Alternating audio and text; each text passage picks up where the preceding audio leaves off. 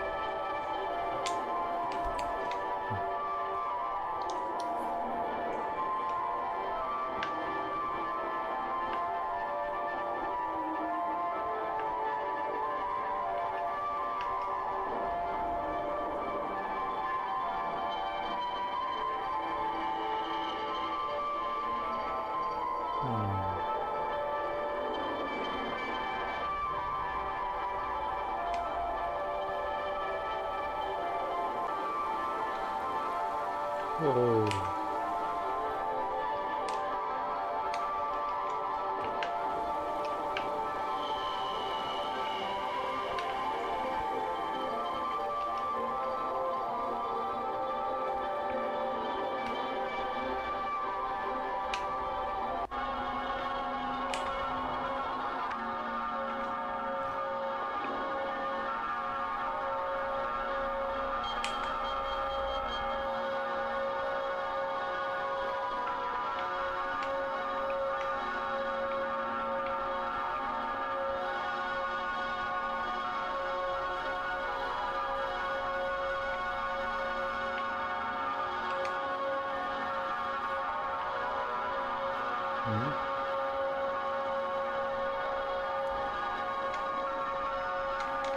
Shit.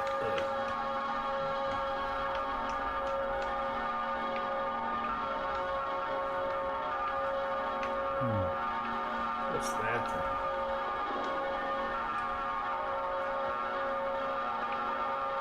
Okay, I remember.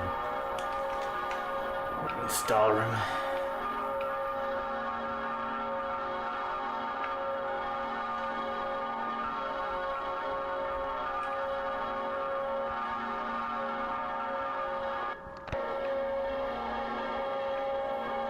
here? Hmm.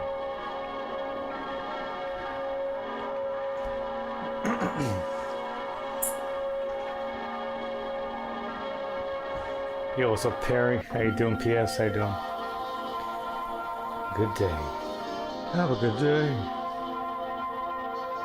Coffee.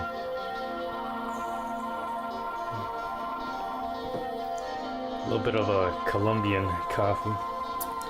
I forget the name of the brand, but it's that very popular vacuum sealed block of coffee. It's ground, but it's not instant.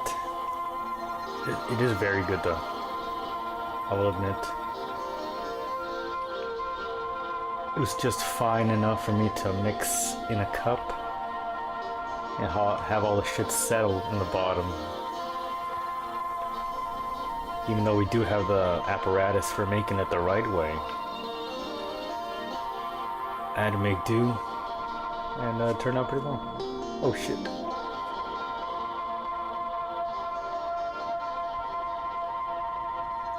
Oh yeah, the fucking dogs in Skyrim, jeez.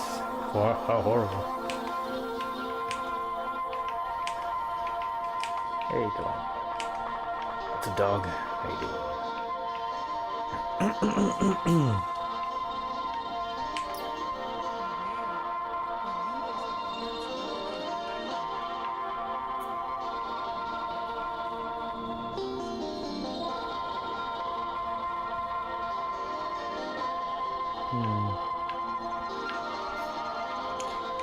Have I found everything on Soul's Time now?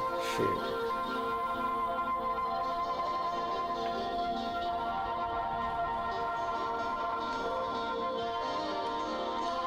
I think I still need to do like the werewolf quest, right? The companions.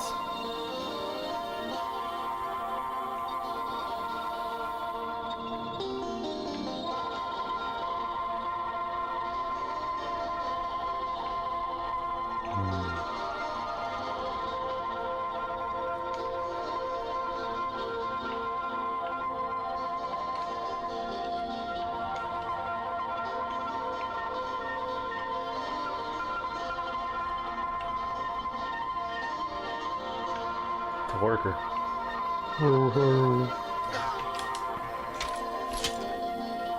Wait, hold on. I got the perfect thing for you, my man.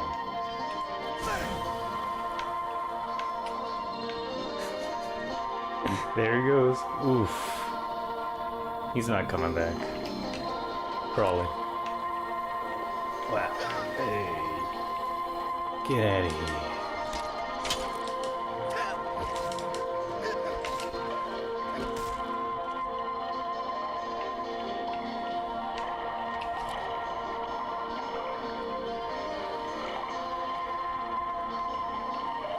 Oh shit.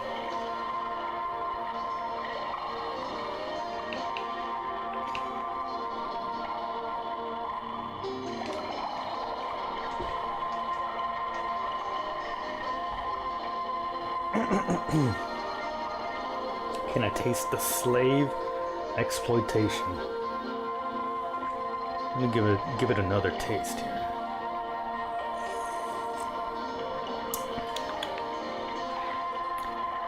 Oh yes, in every drop, it's so rich.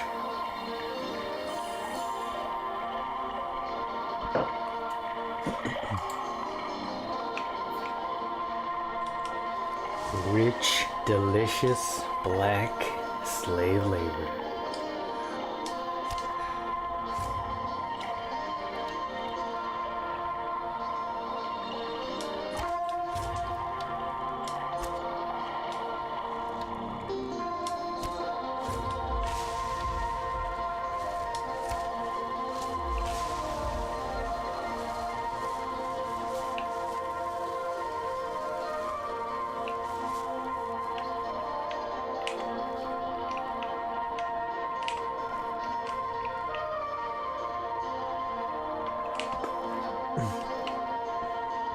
Get my arrow? No? I wonder if there's anything on that rock over there. Probably not, right?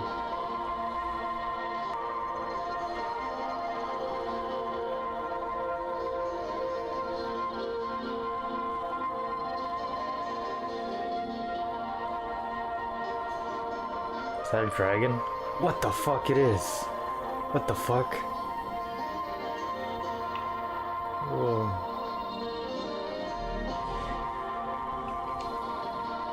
What the fuck? Just out of nowhere. Okay.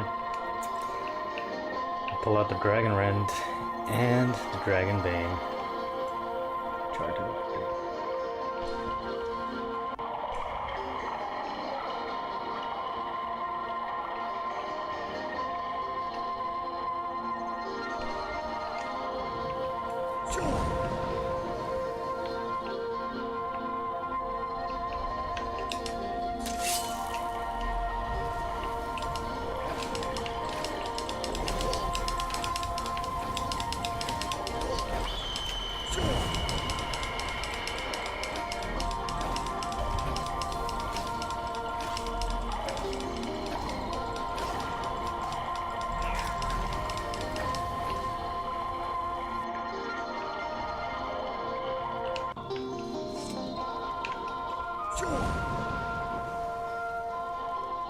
Oh, thought I had the Cyclone on.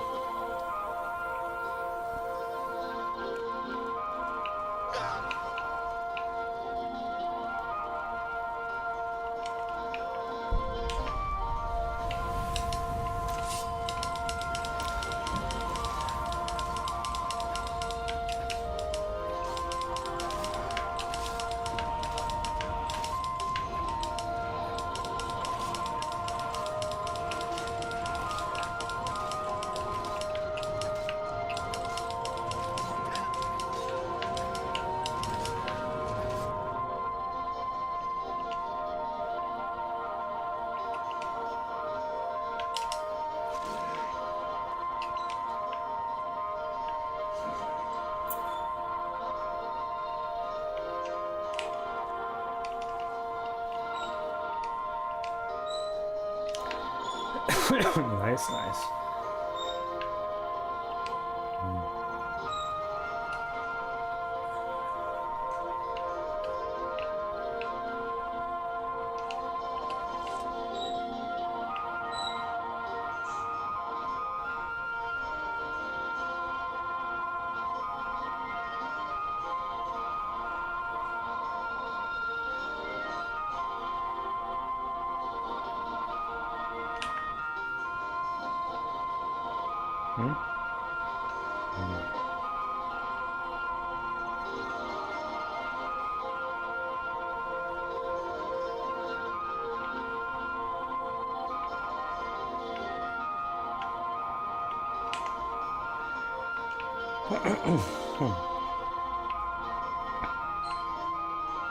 Nobody here?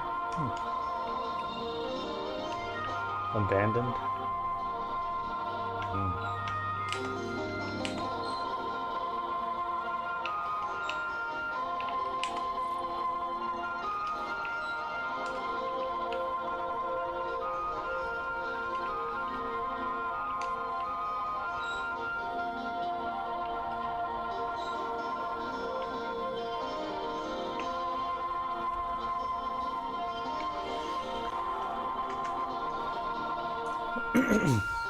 Yo, what's up, Midas?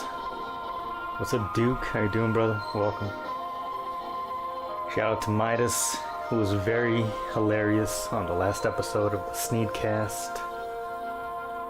You could find the Sneedcast on Sarah Scroat 97 Gaming, which is Scroat's channel, of course, if you know.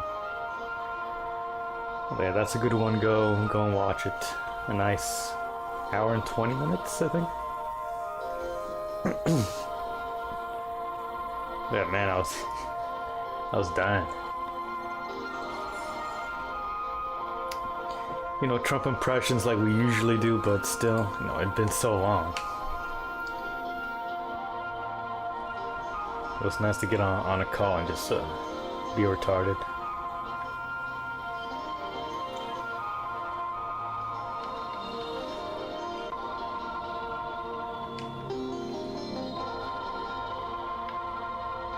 Ooh, something over there.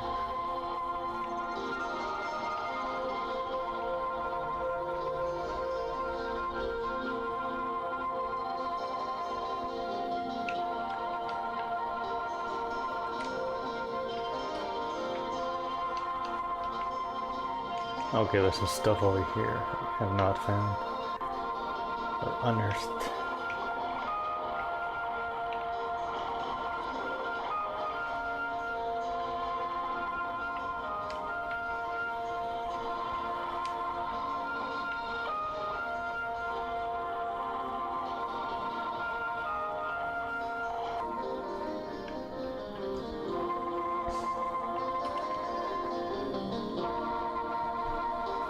Oh shit.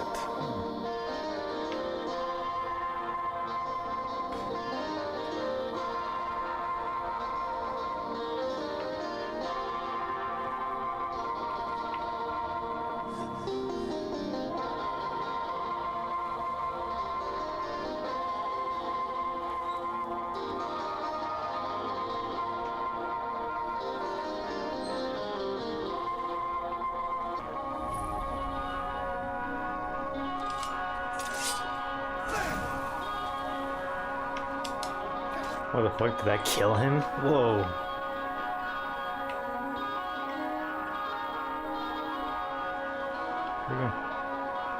Oh, did he fall? He fell into the water? Wow.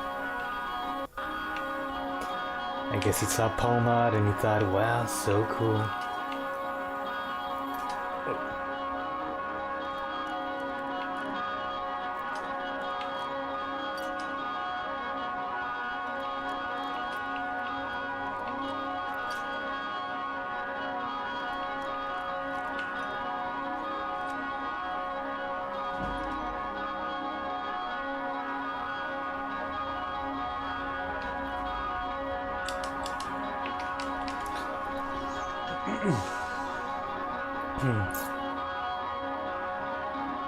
In bed, about to snooze. Pomad ASMR coming in nicely.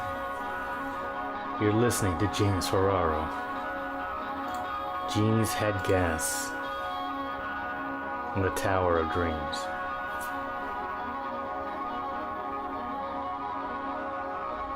I've thrown this one on post-stream a few times, and I'm just kind of laying there, stoned, waiting to drift off to sleep. Kind of like what I used to do with the Grateful Dead.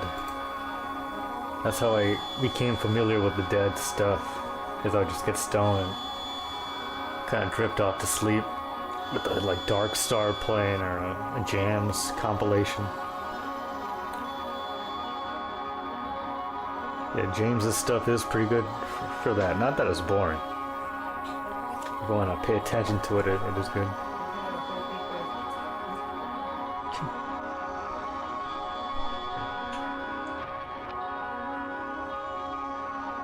Made some frozen dumplings. Feels good, man. Hell yeah. Or like pan-fried.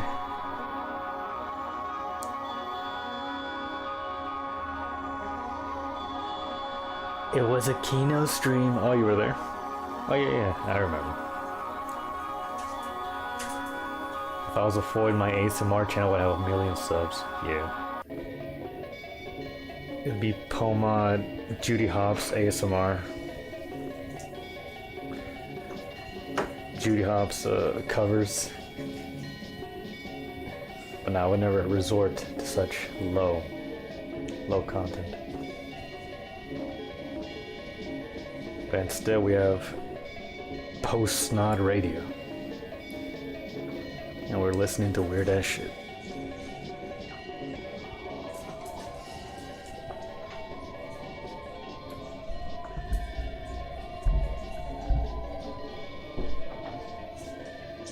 No.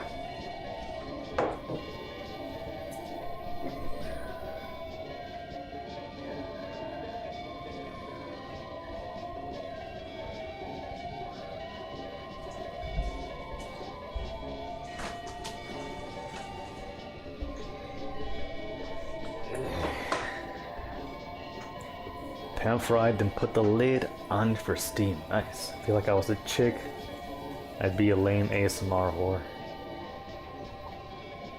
You would probably just be a bipolar art hoe. Possibly with an ASMR channel. I'm sure you'd find some way to get male attention. Even the lowest of the low women could get attention pretty easily nowadays. But not the man. It's so unfair. Society, we live in it.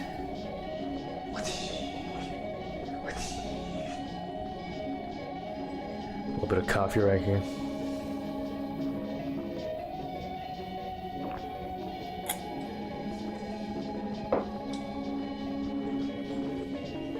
No, you calm down.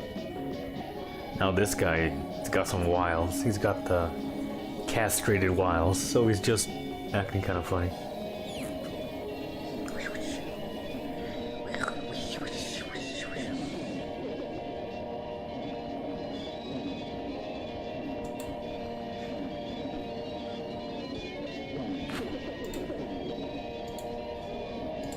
You are listening to Genie Headgas in the Tower of Dreams.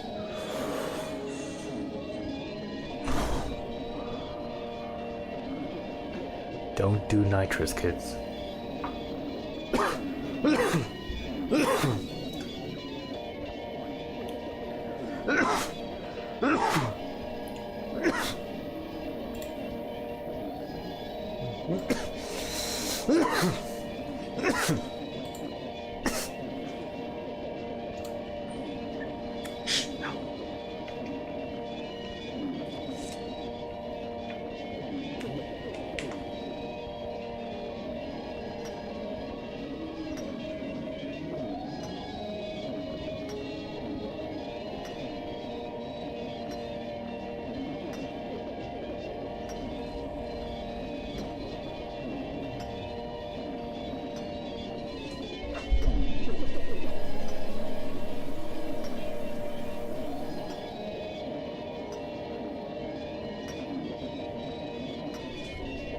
Nice. Doorway. Don't mind if I do.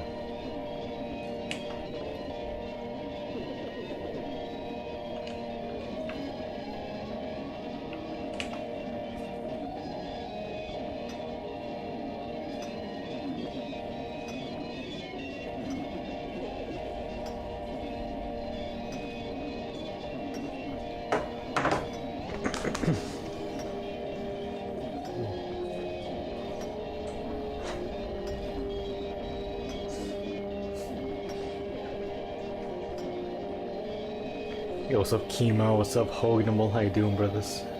Well, one time I dared my coworker to huff nitrogen from the cream canister. Oh my god, dude. It's funny that you know about that.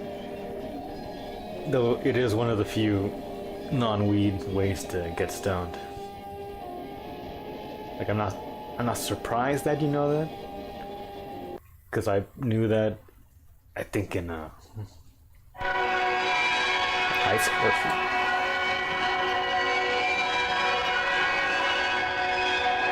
Oh, Gamelan from hell. Holy shit. But I knew that in high school, you know, before I had a weed person. I never got to try it like that, because it seemed like not enough nitrogen per whipped cream canister to have a good time. So what I did was cough syrup, which got you fucked up. Not gonna lie. I mean, I was trying to trip balls, but that requires way more than I could have stomach at 14, 15.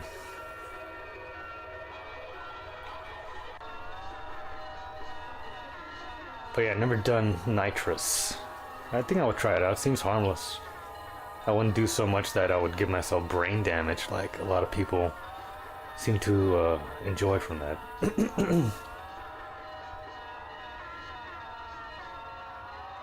I don't see any of you guys in Eggy's Gilded because those guys are faggots. Because most of those guys are gay and annoying. Most of the cool Eggy Chat people are in this stream, to be honest, or have migrated here, become snotters. Some people that aren't here, I'm cool with. For the most part, people who are active in there are gay. The funniest addiction is huffing duster because it's just breathing in less oxygen for $20 a can. Yeah. Literally just getting no oxygen and that's it. It's so dumb. Might as well be doing Jenkum. And they put a bitterant in it, which I found out from King Cobra in the comments, you know. To deter people, they add something to make it really strong and bitter. And I guess Copes doesn't care. He just, or at least for the years that he was huffing, he just kept like, it's like, that's just how it tastes like, dude. The Eggy to Snotter pipeline, so true.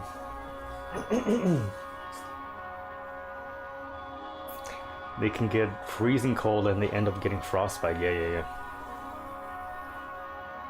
That shit gets fucking cold coming out of the can. We use it on a few things at work.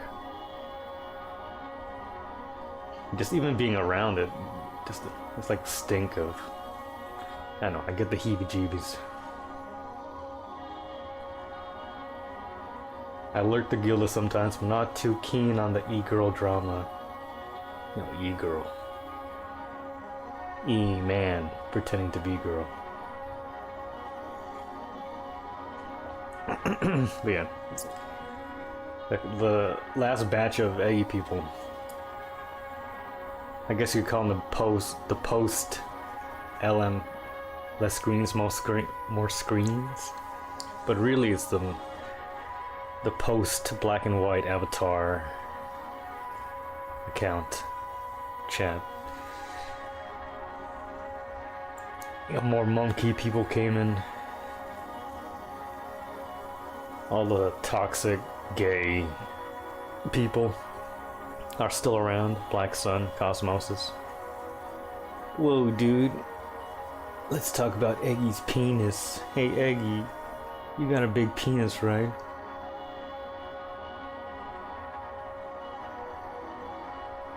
Eggy's penis.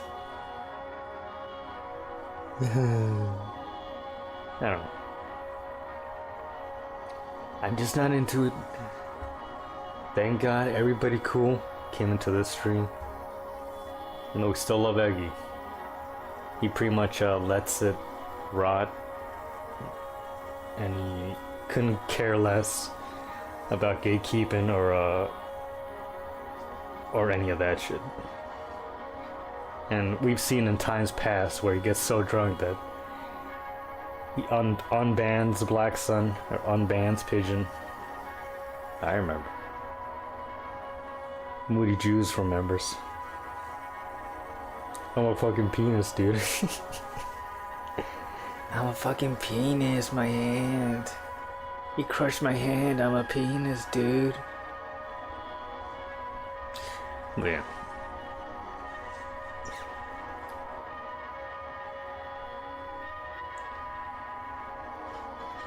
Anyways, we're playing Skyrim and listening to Hypnagogic Pop. If you want to send in something. Or actually, hold on.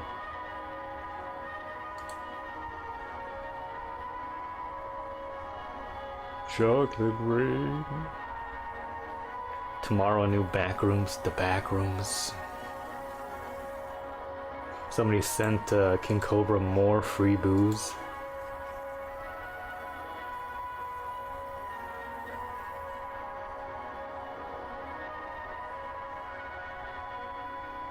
Oh shit. New Joey's World Tour. I gotta see this. Let me pause the game here for a bit. Come back.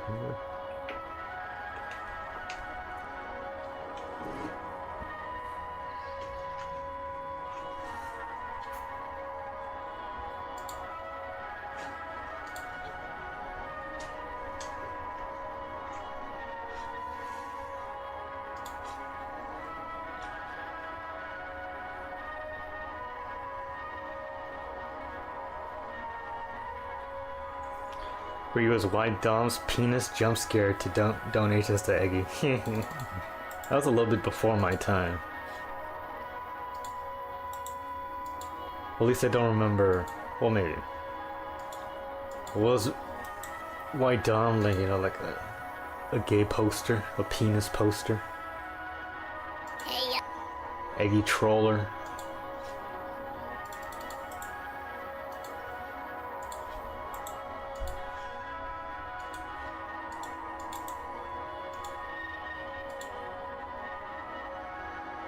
And we're live.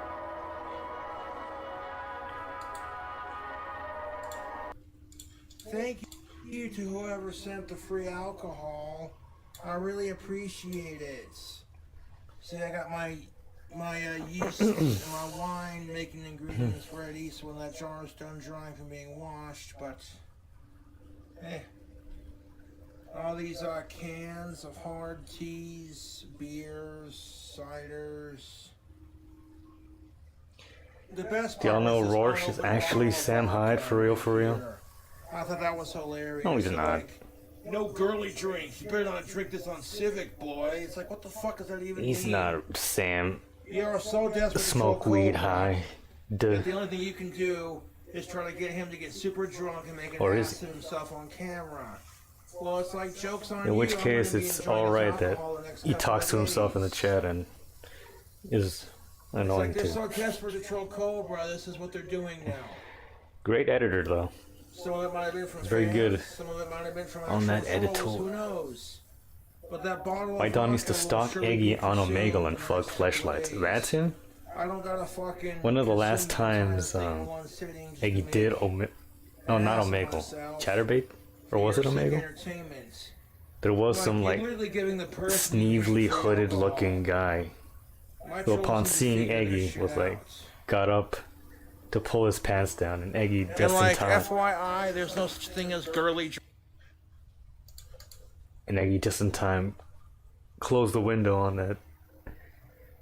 So it seems White Dom is not Dom or white. Probably Italian. And definitely very short. one fucking. Oh, look at that, the hard Mountain Dew. Baja Blast.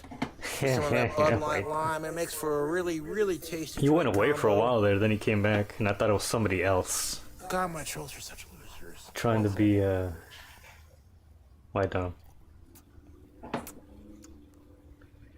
JP Morgan is Jet Neptune. I've seen that person around, but in the YouTube chats, right? Jet Neptune is White Dom. Black Sun is Sam Hyde.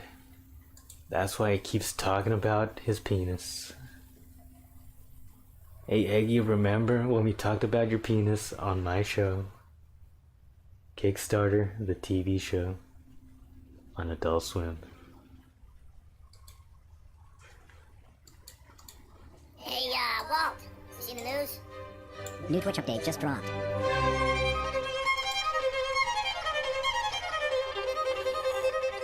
Oh my god.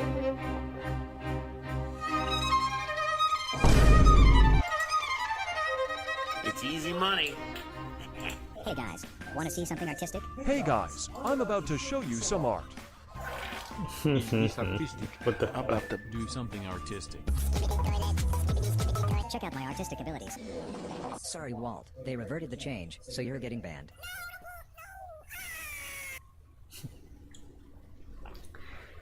Checked on the annoying orange creator and he trooned out. Oof.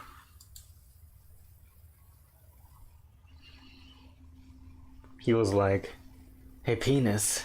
Hey penis. Hey penis. What? Knife. Oh man, I kind of felt like King Cobra doing that bit. I feel dirty. Live, Dagothur, good to have you on. And we're live, Dagothur, good to have you on the podcast. Good to be here, Joe. Thanks for having me. I want to start out with some personal questions so the listeners can get to know you better, if you don't mind. Of course, Joe, I'm an open scroll. I understand you live inside a volcano guarded by a magical fence and ash blizzards. Is it hard? Feels like, how do I become more annoying? The Yeah, even bringing more bitches annoying back to the crib orange. can be a challenge, but I've been trying my luck with online dating. Wasn't Really? What apps my are Dom on Australian, Bumble? was he now? Bumble doesn't allow shirtless pics, so that's a no-go.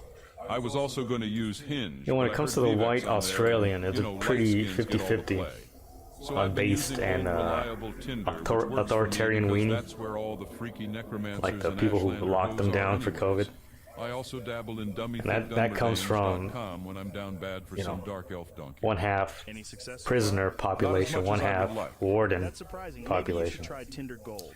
Well, I'm No sure thanks, the I'm not percentage sexist. isn't Alright, well, what's your pickup line? that even. I made it up But yeah. myself. Here it is.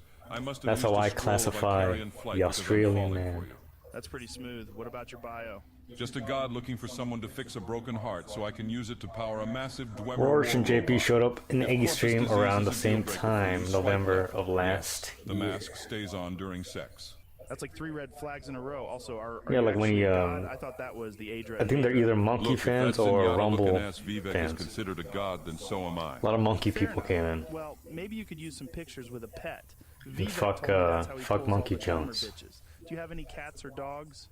Ha! A cat. Well, as appealing as it sounds to have a Khajiit Dude, slave, I nasty. don't have an infinite supply of moon sugar. As for a dog, only if you count Nick's hounds. You've been around for a while, right? Cool, man. I got my golden Well, retriever when- Marshall right outside the studio. When did you Really? first Do you mind if I start pet him watching after Eggy? this? Are you serious? Dude, your hands look like they could unlock I am a a- Nordic puzzle door. I'm a Okay, post-COVID. Speaking of Dropping. style, that brings me to my next topic. I'm a little late. Ah, yes, the best game I in knew the Eggy Elder from Scrolls Twitter, series. from I funny don't know, Twitter dude. I think posts you're and looking at it through nostalgia glasses. I just White don't see OJ, how not else the people Black Pill overlook video. its flaws. I see it through a dope golden mask, actually. And what flaws are you referring to? Well, for one, the graphics don't really hold up. Jamie, pull up my mod Chocolate playthrough ring, let's using go. OpenMW. Holy shit, you can make a game with this Chocolate good? ring. Yes, this is Morrowind in 2023, so now you can all stop bitching and learn how to install mods. You see now, Joe? Morrowind can never be outdated when it has a thriving modding community, keeping it as fresh as Hackalow leaves. Still, dude, that doesn't change the fact that the quests are pretty boring and repetitive. The quests are not boring. They're vehicles to explore the Eggy interesting called and White foreign Dom, world, and which Abo unlike is a any drunken other freestyle entries in the once. series. God, Joe, have you ever Oh, played in a an drunken RPG? freestyle once, and he was very You didn't pissed know where off. to go without any quest markers. Oh no, whatever shall I do without quest Wait, I markers? did not How about understand pay that attention and sentence, use your own myself. I'm sense of sorry. direction? Yeah. Was but the White Dom directions pissed given by off? NPCs aren't always helpful. All right, you got me Who's there. Abo? The combat is so clunky too. I'm always missing my attacks for no reason. Do you have any stamina? Hell yeah, I got stamina. I take ice baths and eat elk meat on the regular schmegular. No, I mean in the game. You mean the green bar? Yeah, it's full at the start of every fight. You're probably not using a weapon you're skilled in. Let me see your build. Jamie, pull up my. Or are you a new fag, Duke Nasty? What the fuck is this? You have all three I armor think types as I major feel like I'm skills. Why? mistaking you For a for tank build. And somebody what is else. this? Marksman, sneak, and hand-to-hand? Are you trying to handicap yourself? Dagoth, don't be ableist. And no, Nuke I picked Telly's up somebody bow else, right? hunting and doing cool martial arts stuff in real life. Jamie, Telly's a please get different this guy, right? dung off the screen before the heart of Lorcan has to revive Duke me Nasty. again. Look, dude, Oblivion is the superior game, and that's a fact. I think I'm thinking The of quests are just so Nuke much more Telly. diverse and interesting. Oh, here we go again. Yeah, sure. If you're a mindless dullard that prays to the almighty quest marker, then I could see your point. What about the item physics? It was groundbreaking that you could pick up and move objects around. Oh, he called him an once you Abo in pick a one drunken up, all the other freestyle items once, and start he was shaking very like they're pissed scared off. they'll be next. At least in Morrowind, you place an That's item where fine. you want, and it obeys. Not to mention the Khajiit and Argonians in Morrowind are where You they might as should well be, then. shackled up in slavery. Whoa, Dagoth, Even be they, careful, in I their don't wanna see petrol huffing Cancelled? I'm mania, a god. have more How can dignity. you cancel a god? Let's And stay to on show their topic. pee-pee Oblivion has to the big internet titty man. bouncy booty mods. Well, I do love me some tig bitties. And what about the engaging guild quests of Change your Oblivion, name to like Poop the Nasty. Thieves Guild, where you get to put on a mask and become the With Grey two Fox. U's. Yes, I'm sure cosplaying as Two a fox would umlauts. satisfy your furry Puke. fantasy. Does the mask come with a foxtail butt Change your plug, name or to is that Duke sold of Prunes. It's not a literal fox. It's just a... By the Nine Divines, Joe, I'm just fucking with you. Next time, I'll cast a detect humor spell on you so the joke won't fly over that Meridia's beacon head. Meridian Oh, speaking. Meridia's Beacon. I love it when I find I that. understand that. That's a reference Dagoth, where are you going? to the famous game Dagoth, where are you going? Super Dagoth. Mario. Get the fuck out of my way, Jamie.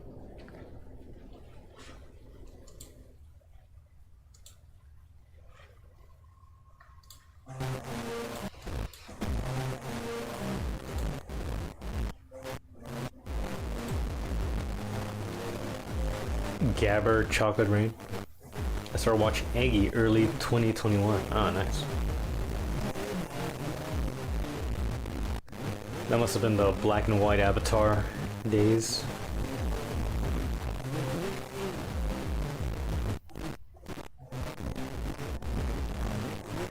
There was like the black and white Avatar, which is egg white, I think. There was Big Yolk after that. And then less screens, more screams. And after that he went did some Odyssey stuff.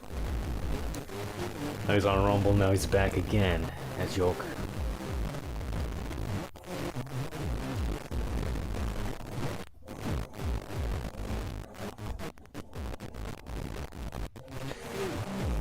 New fag, I don't know. Like, I wouldn't consider myself a new fag at this point, even though I am late. But there's newer people now. There's 2023, late 23 Eggy fans. Or Eggy chat. But yeah, we're in another block there. We're not all fags, no. But we do have some in this stream right here.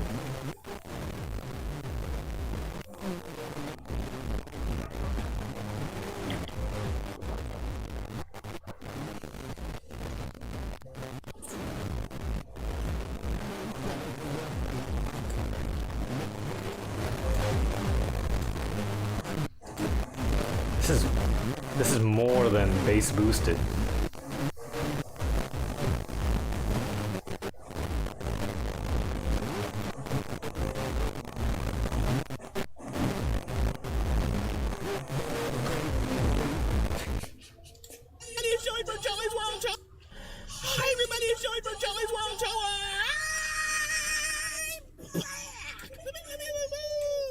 His finger looking good, is it? It's the pizza. Instead of pizza, it's the pizza from Kentucky Fried Chicken. Looks like dog shit. Chicken Parmesan. An OG Eggy shirt from 2019-20. That one of him like as a samurai is pretty badass. And cheese on like a nuggety KFC nugget things. It was like 6 and change. It's brand new. Came out To celebrate KFC, he's going black. Yesterday in Japanese, and so yeah, so pizza. Instead of pizza, it's the pizza.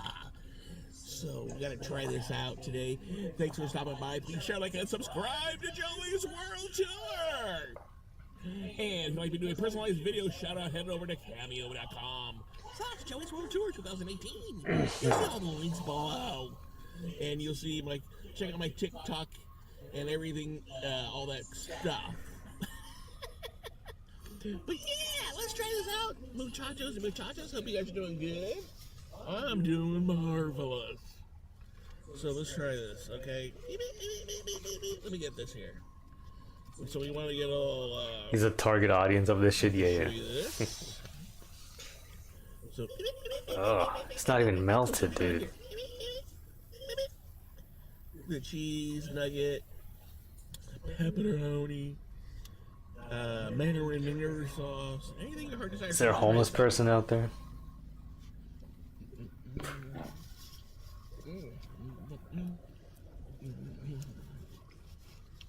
It's a homeless man with a knife on the other side of the window. Finger looking good. This finger looking good. It's a finger looking good. Yummy. Yummy, yummy, yummy in my tummy. Wow. Very nice. You know, I like when they came up with the name instead of pizza, chizza. You know, What looking good? they could have just called it chicken. Did you parm. just say the N-word? Right? Just call it what it is, chicken parm. But they got creative. Chicken parm pizza? Pizza. I get it. That's fun. That's for marketing, I guess. But it's basically chicken parm, and it's good with the pepperoni. Mm. Mm-hmm. Mm. Close your mouth, Jesus. Indeed. So, would I order this again? Yes, I would. It's really Oh good. my god, $12? It's like so totally different stuff you get from KFC, and I like it a lot. And it's not as salty as it usually is on their own, you know, the chicken. But you have this marinara sauce on here, the cheese and the pep. Everything swings and keeps it all super duper copacetic. Well, Nice. can we get Cobes on this? Yeah. He missed the double down, so So, he could redeem himself here. get your KFC. before Literally there's overpriced Cobra food hack, yeah. But I like this a lot. It's Needs more Doritos and Luke Crane cheese, KFC's having fun, you know? bacon bits, What about the pizza? Call it pizza. a beer. They went with it. So that's pretty cool.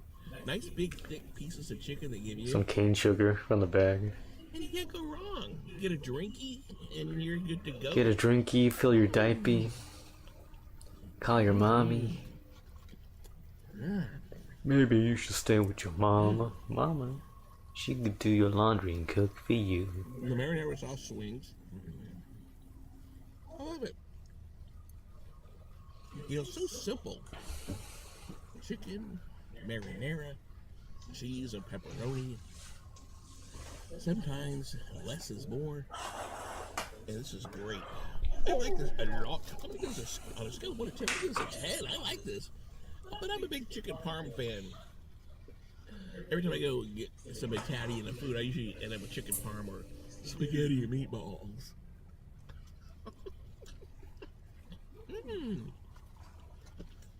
Yummy. Kill fat people So, in Minecraft. get on over to KFC. Try it out. Ugh, I should not have put that through my nose. Below. But thanks for stopping by, everybody. You guys are great. I really dug this. It's so good. I like it. Pizza. Instead of pizza, it's a pizza. And so, don't cheat yourself either. Get there and order like a big old thing of maybe some secret fries and throw it on top. You know, add some more toppings if you want. Why stop at pepperoni? Maybe get some mac and cheese and throw some mac and cheese on top of this mother. Yeah, that's what I'm talking Because about. it is a pizza. Oh, come on. And that's just this one topping. You know, it's just so they have everything there your little heart desires at KFC. Give it a try. Be creative. Order some mac and cheese on the side. I like how real he was with it. It's like, it's just a gimmick. Even he knew. Pizza.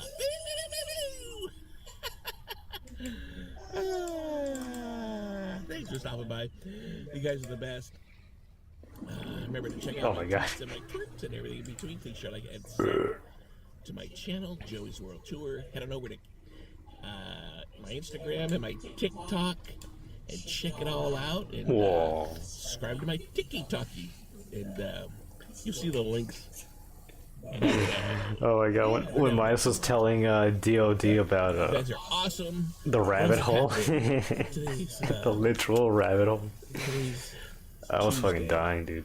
Yeah, nothing else. That's so Just funny. Everybody just doing, doing my thing, and I'm glad you guys. I appreciate you all of my subscribers, and who haven't had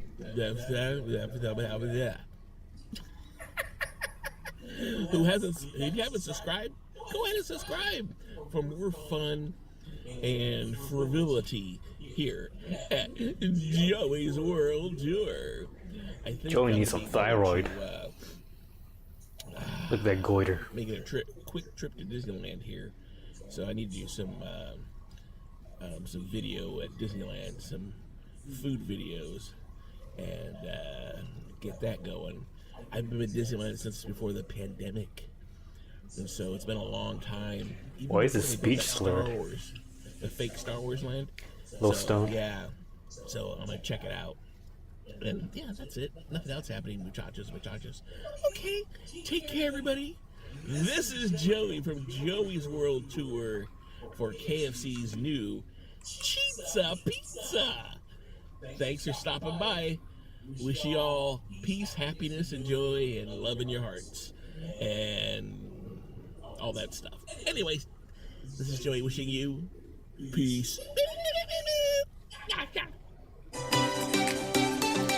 Whoa, a new ending? Finally, Jesus.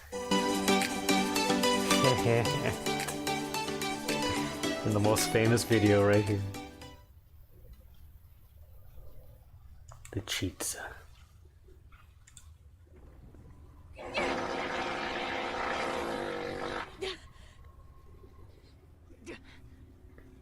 Even she's like, ugh.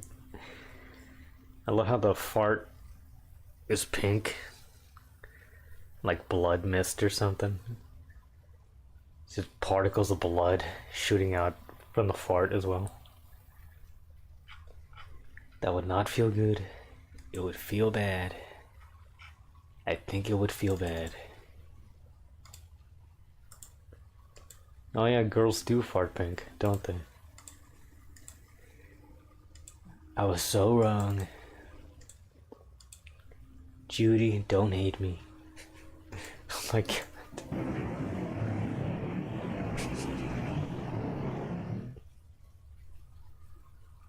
You know, it's nice I don't have to worry about the thumbnail anymore.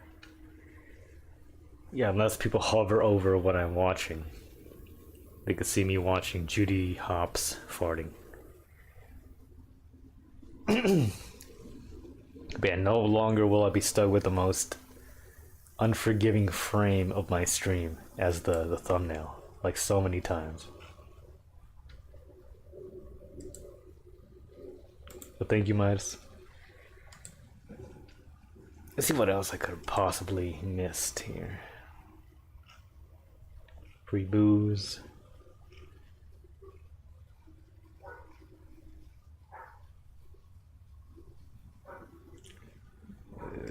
Who's this guy again?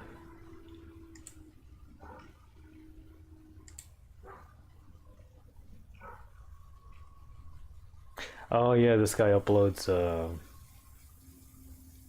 VJ stuff. Ooh. Oh.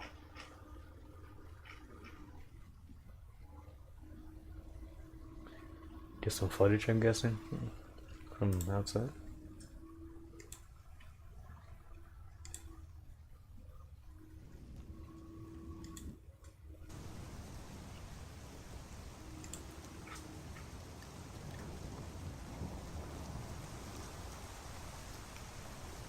What the fuck?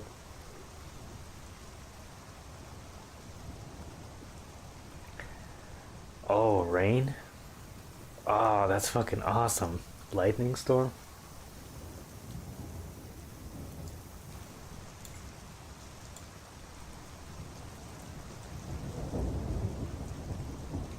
That's fucking sick. I thought, is he like uncovering and covering the camera or something?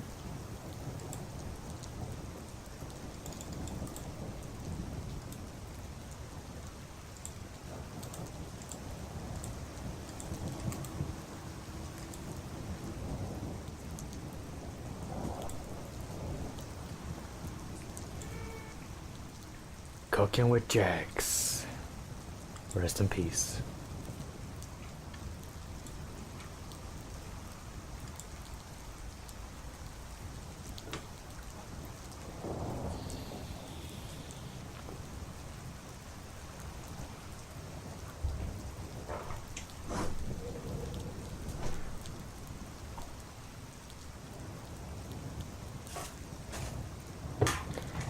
Did some more barbell bicep curls today.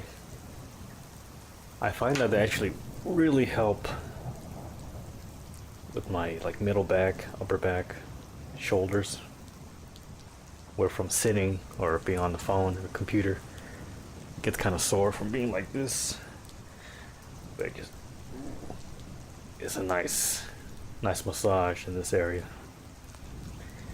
Now doing like that Mike Menster, the slowest possible, one set to failure, and then holding at the end. We're going even slower at the very end. Menser, Dorian Yates kind of thing. Because I'm not big on exertion. Unless it's like a game or something. Or I'm with some bros.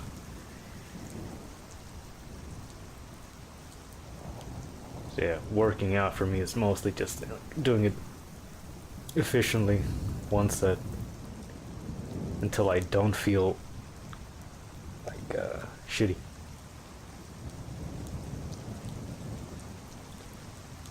But if I do that consistently, I should be fucking swole by the end of the year. Maybe unironically. Did buy some powdered gelatin that came in, and I could use that as protein powder apparently. It's got glycine, it's got all these amino acids in there. I tried some this week already twice with this oxtail soup we made. It was great. I do feel good. Just waiting on that thyroid to come in. And I also ordered something called Tibisculus. It's like a herb. It helps increase DHT, which is what you want testosterone turning into in your body. Like the higher form of testosterone.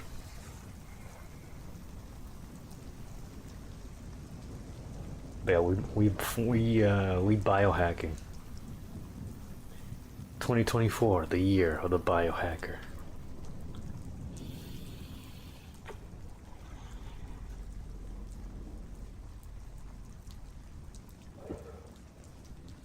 And I don't know if I'm on a kind of a weed downtime or if this stuff is affecting me in a good way, but I have not needed or felt the need to smoke or the want, which is good.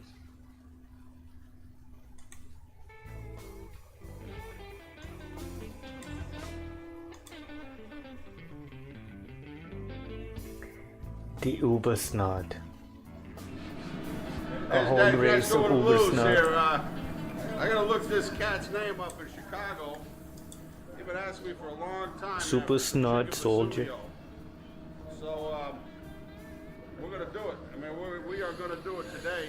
It's well known in Chicago, kind of like indigenous to Chicago.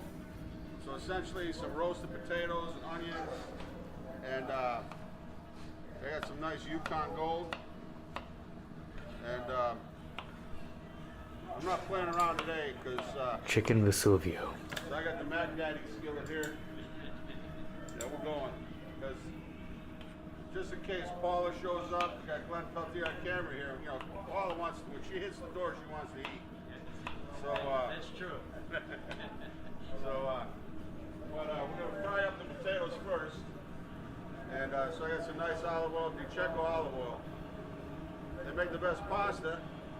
I think they make some pretty darn good olive oil too. So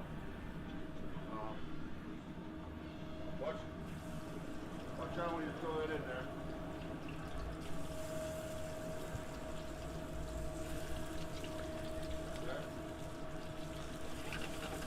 Okay. Brown them up. That's one nice thing about gas stoves, when you could have the thing at an angle, so all the oil bunches up. Basically, you're gonna make a little bit of peppers and onions, and It really gets cooking. some onions, garlic, Then you don't have as much smoke from the other side of the pan, like heating I up. got a case of whole chickens yesterday, Restaurant Depot. So look, we're gonna fry that chicken in its own fat. Ooh. Waste nothing, you know, save that fat instead of using butter, olive oil. There you go. So we're just gonna let that, it's got a little bit of water moisture in it, so we're just gonna let that cook down a little bit. And then, so we're gonna cut that chicken.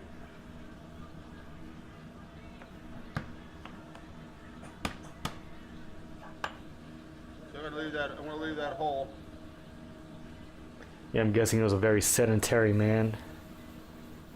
Because, you know, if you're a chef, I'm sure you're eating like this often. We'll leave that whole. Or maybe he liked his McDonald's, his goy slop. I guess being a chef, you're like, fuck, I don't want to cook. I don't want to go home and cook. You know, the rest Get some Mickey D's. Bone in chicken breast. So, they would say that with the stock. Can you hear the cats? Let's go down through the breastbone. Okay. Can you hear the cats in my alley? Save that for another recipe. So we want to get rid of this little bad boy here. What is that? That's the breast. That's the wishbone. Cut through. Okay.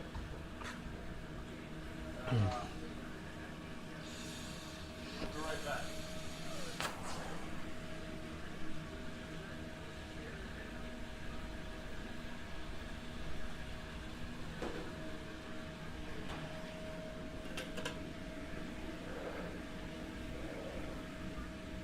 Rolling? Yeah, just make it edit that. Okay, so got the chicken. Seasoned up real good. Got a wing.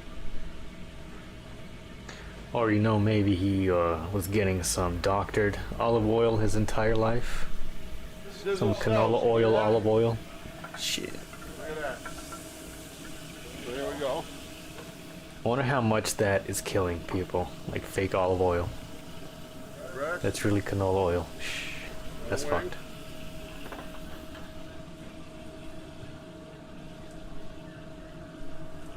And it's so good too for frying. Coconut oil, I don't like the smell or the taste of it for cooking. Unless you know, if you're rendering bacon. We're gonna get this guy's name, Glenn, before we put it up.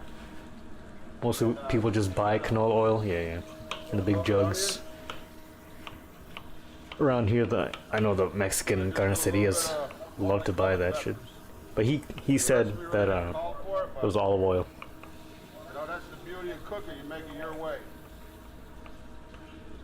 But I'm guessing most likely doctored.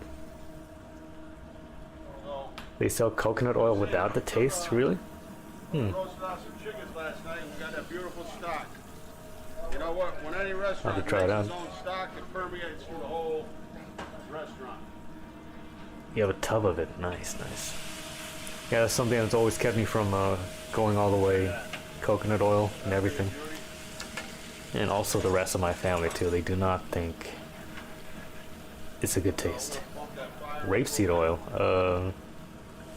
I do not know. What we'll do is we're going to add the potatoes, the chicken, I'm guessing. potatoes, onions, and peppers. I don't know. Lay them underneath. Rapeseed oil based. Well, there you have it. It's good. Consume it by the jug. But no, I don't know. We'll have to. Let the chicken cook on top. I'm sure you could look up the ratio of There's a recipe for potatoes. polyunsaturated fats and compare it Lyonnaise to like canola or sunflower. So it's kind of a similar recipe. We're going to use the stock. That's the only flour we're going to use. So If you know how to leverage it, that's the objective here, you know. and rapeseed is the lowest you could go in terms of polyunsaturated fat, Brown before you add the peppers. go for it.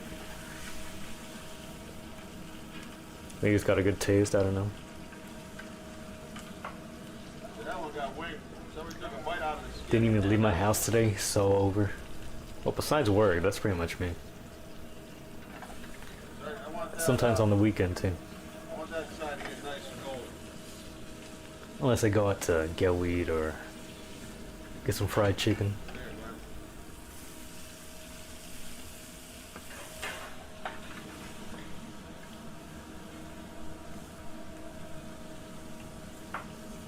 Also calls for a little oregano.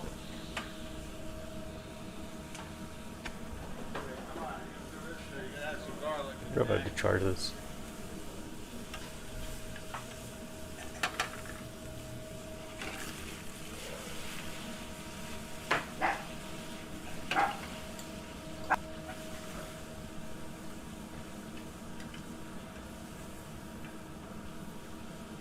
Yeah, we got nice color, nice brown.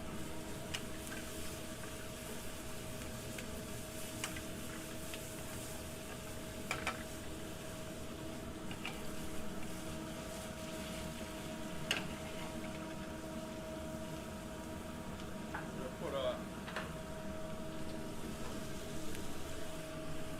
Man, we're like a ballet. We're like a ballet company. We're Glenn. moving today. That was transitional, like a thing of beauty right there. That's not even choreographed. No. Huh? Oregano?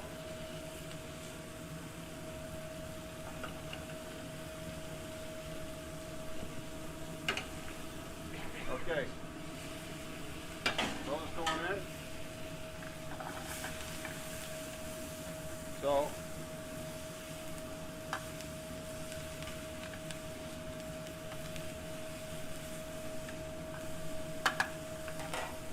Chicken basumio. It's like a fricassee, you know, like a little white wine.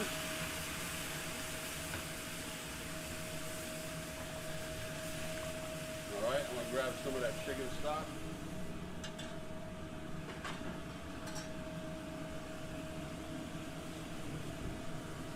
Throw it at nice three 2-ounce ladles.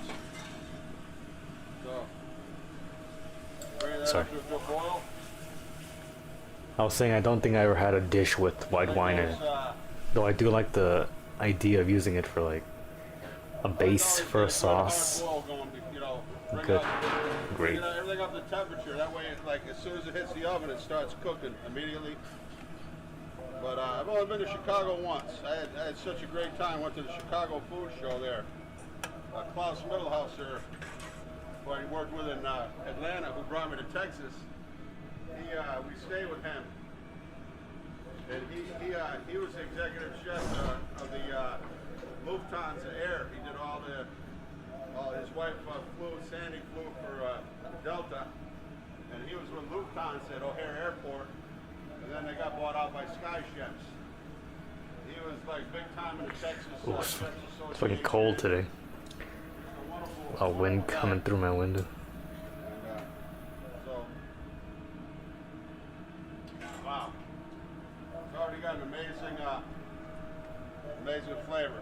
Now that's going to go in the oven now for, I'd say, a good half hour, 20 minutes. Right in the bottom.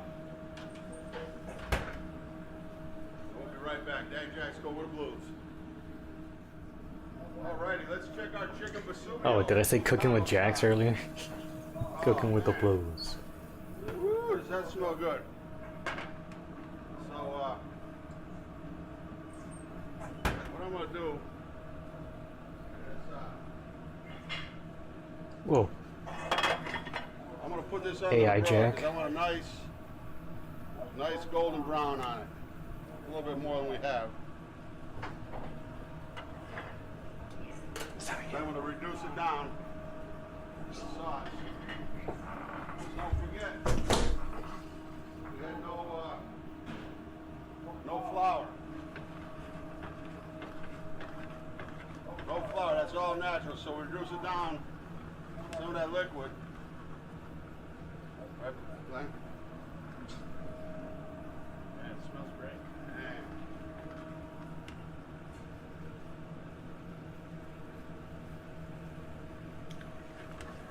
That's how it's.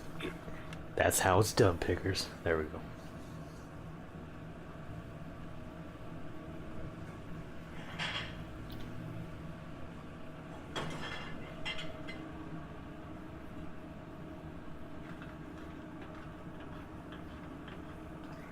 Now this is culture. We're gonna reduce it down to more concentration of flavor. So give it a little bit of time. You know, it's very important. We don't have a whole lot of fat in this recipe to help it along a little bit. Make it super.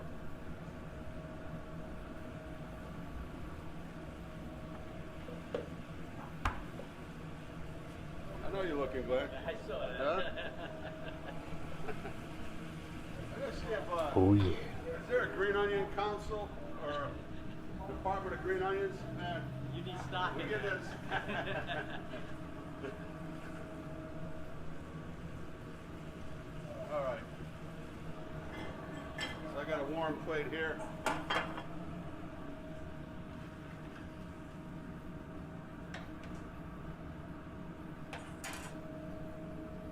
I'll give it one final.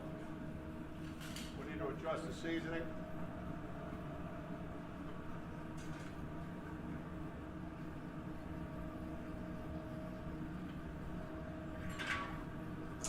Dang it.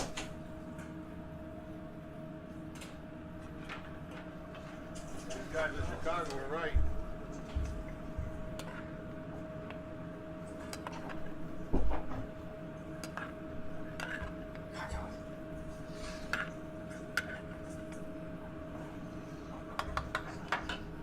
See?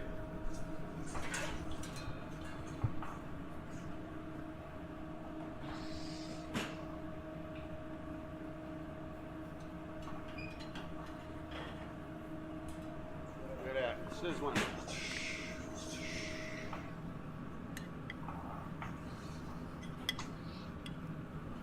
All right, look at that. Yeah.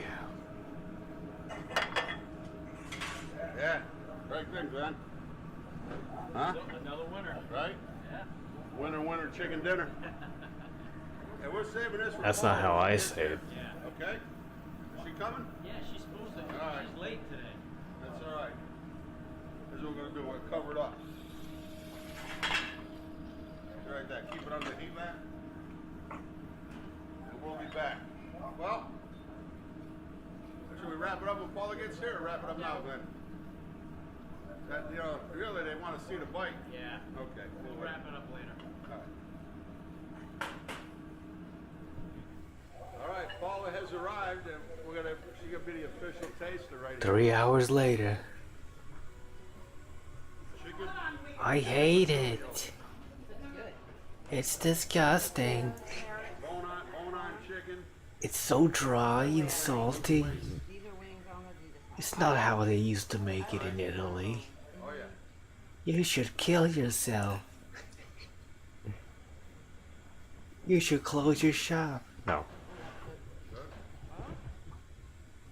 That's a hearty meal with the roasted potatoes. That's good. That's kind of like what my grandmother would used to make. Italian variation, they do with the potatoes and sausage and but no gravy. But this No kind gravy, it's got the little bit of cooked in gravy. the gravy. That's good. So the top browns, you want to leave the top nice and crisp. That's good. Nice and juicy too. Hungry. Oh, good. I'm gonna get in and try a piece of that. Throw me that other fork. Let me try it out. Let me eat some of that shit. Please let me eat. Wait for you. Wait for me. Ate everything else.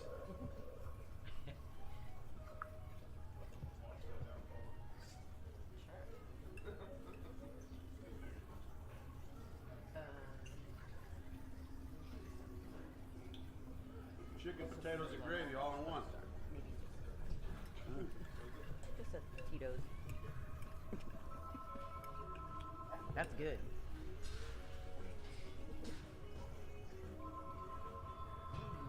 Then you gotta get out and try some of that stuff. Oh my god, he's just going in on it. Yeah, before we eat it all. That's a good, like, that's like a Sunday dinner.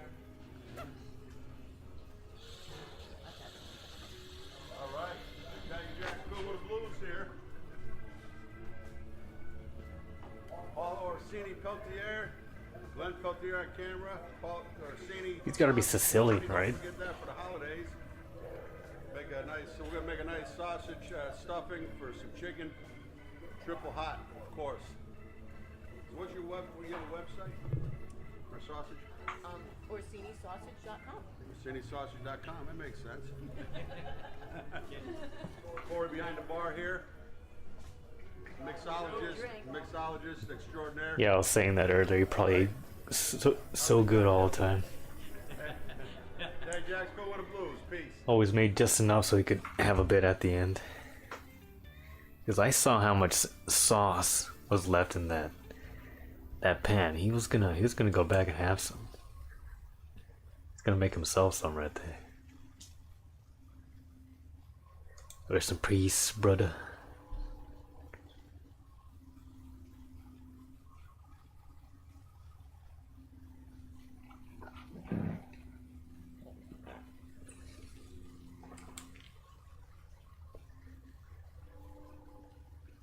But if you ate all the stuff you cooked, I'm sure you would live for a while. But you would need to get up and moving. Do some workout. Dang.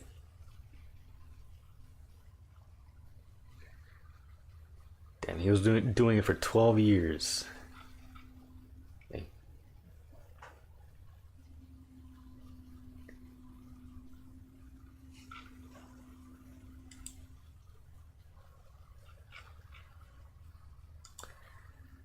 Just scheming for some extra bites.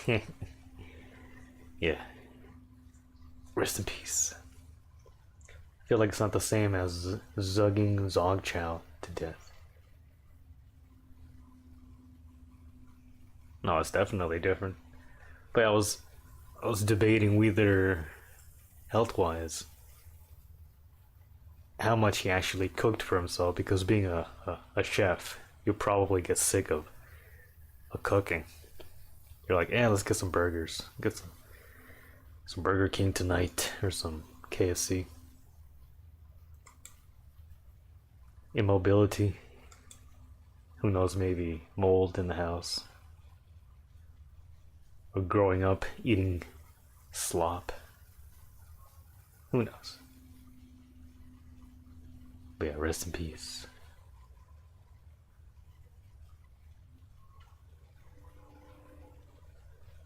Oh, did he review the pizza? I'm retarded. Guys, they didn't stink. I've seen a lot of YouTubers review it, and I thought, why not try it? Alright, I see it. Cute little chicken and pepperoni action going right there. Look at that. Maybe I missed it because on these last few Backrons, they've just been so boring. I just go through the comments just to see what's up, and I'll hardly pay attention to the video, really. Unless it's like a mead video. Let's try a bite of it without dipping it first. With chicken and pizza.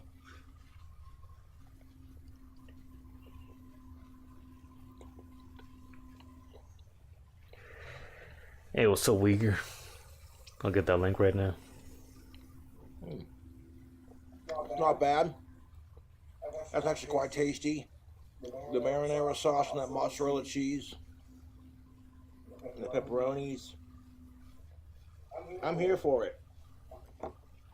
KFC. But you only know how KFC get down. They make some of the tastiest chicken, in my opinion. Not a sponsor. That's not that bad, YouTube.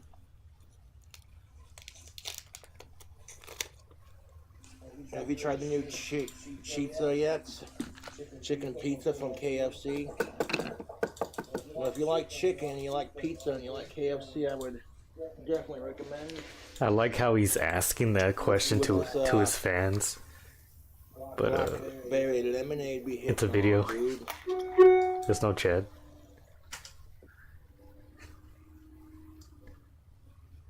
And even if there was, it's turned off, right? At the moment.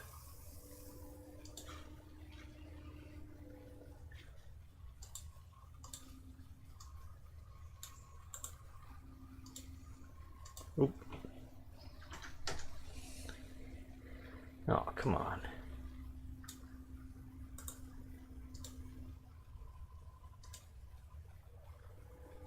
Oh, that's not working.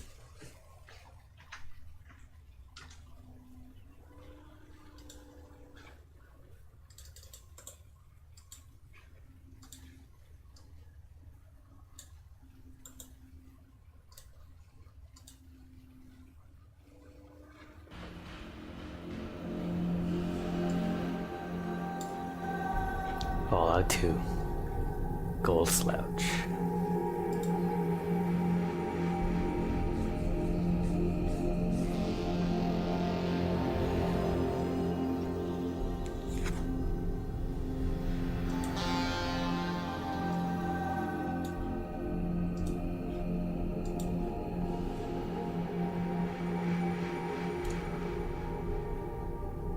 I might need to charge this one.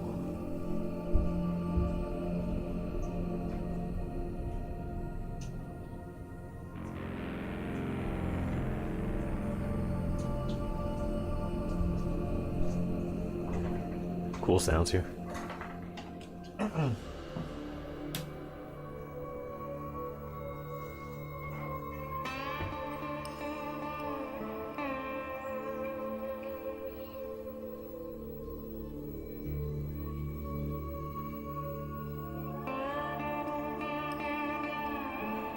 Sick. You know, there is a genre of music called ambient country.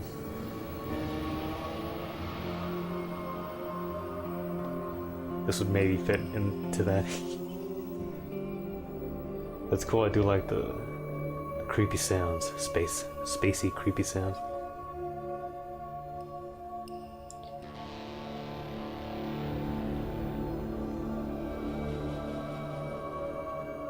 Been finding a deeper appreciation for, I guess the term is incidental music, or just soundtracks. Like shows or games.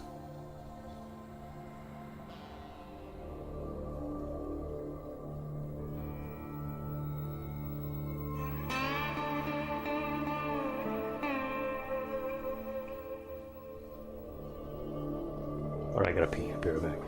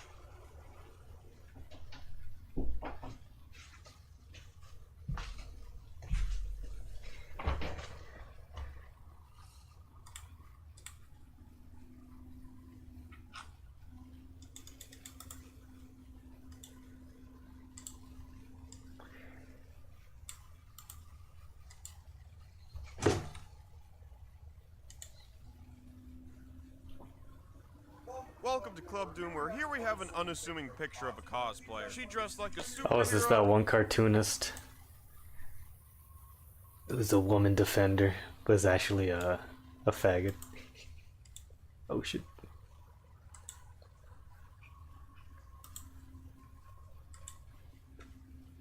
see.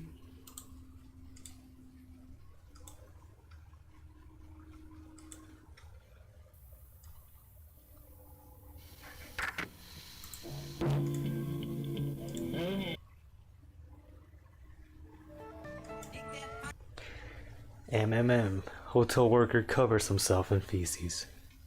Wow. Got a Bob Dobbs avatar. So let's see what we find. First, Andrew Dobson.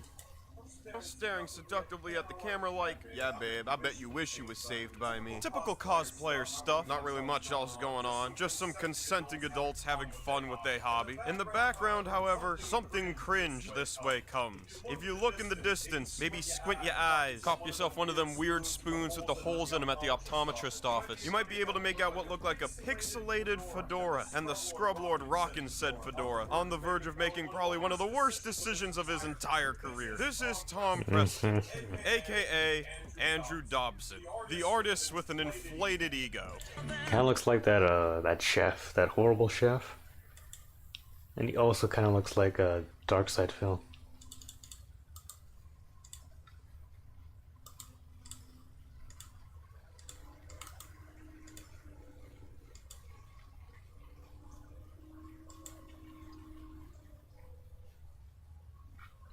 Rest in peace, Mrs. Green.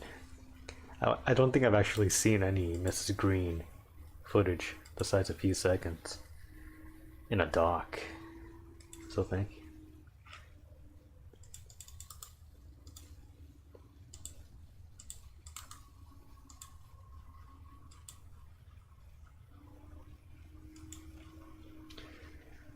Book.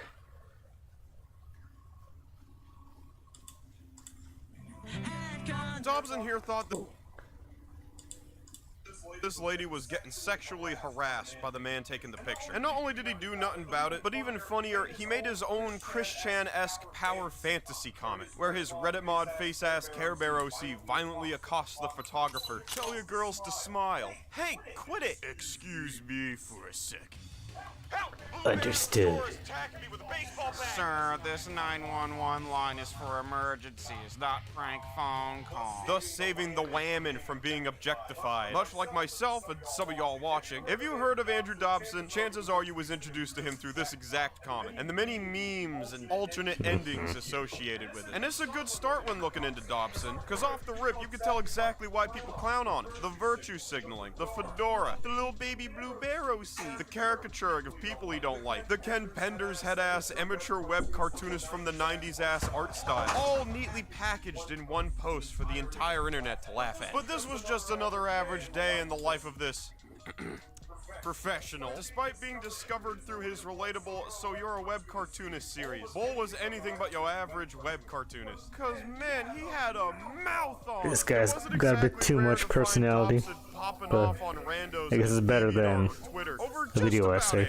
Fedora Man here was the king of having garbage takes, engaging in flame wars, and following it all up by strawmanning anyone who disagreed with him in his comics. Whether it was about art, his art in particular, politics, even something as trivial as video games. There's so many comics like this, bro. And if you was to point that out to him, you'd probably just be next. The Dobster had no chill. These hands were rated E for everyone, even as far back as his days attending the Minneapolis College of Art and Design, a rather prestigious art school, mind you. But Dobson here cannot take criticism, not even when he paying you for it. So I'm gonna take you on a wild tour through the Dobson verse to show you just how this uppity, trifling ass goober effectively ruined what could have been a decent career for himself.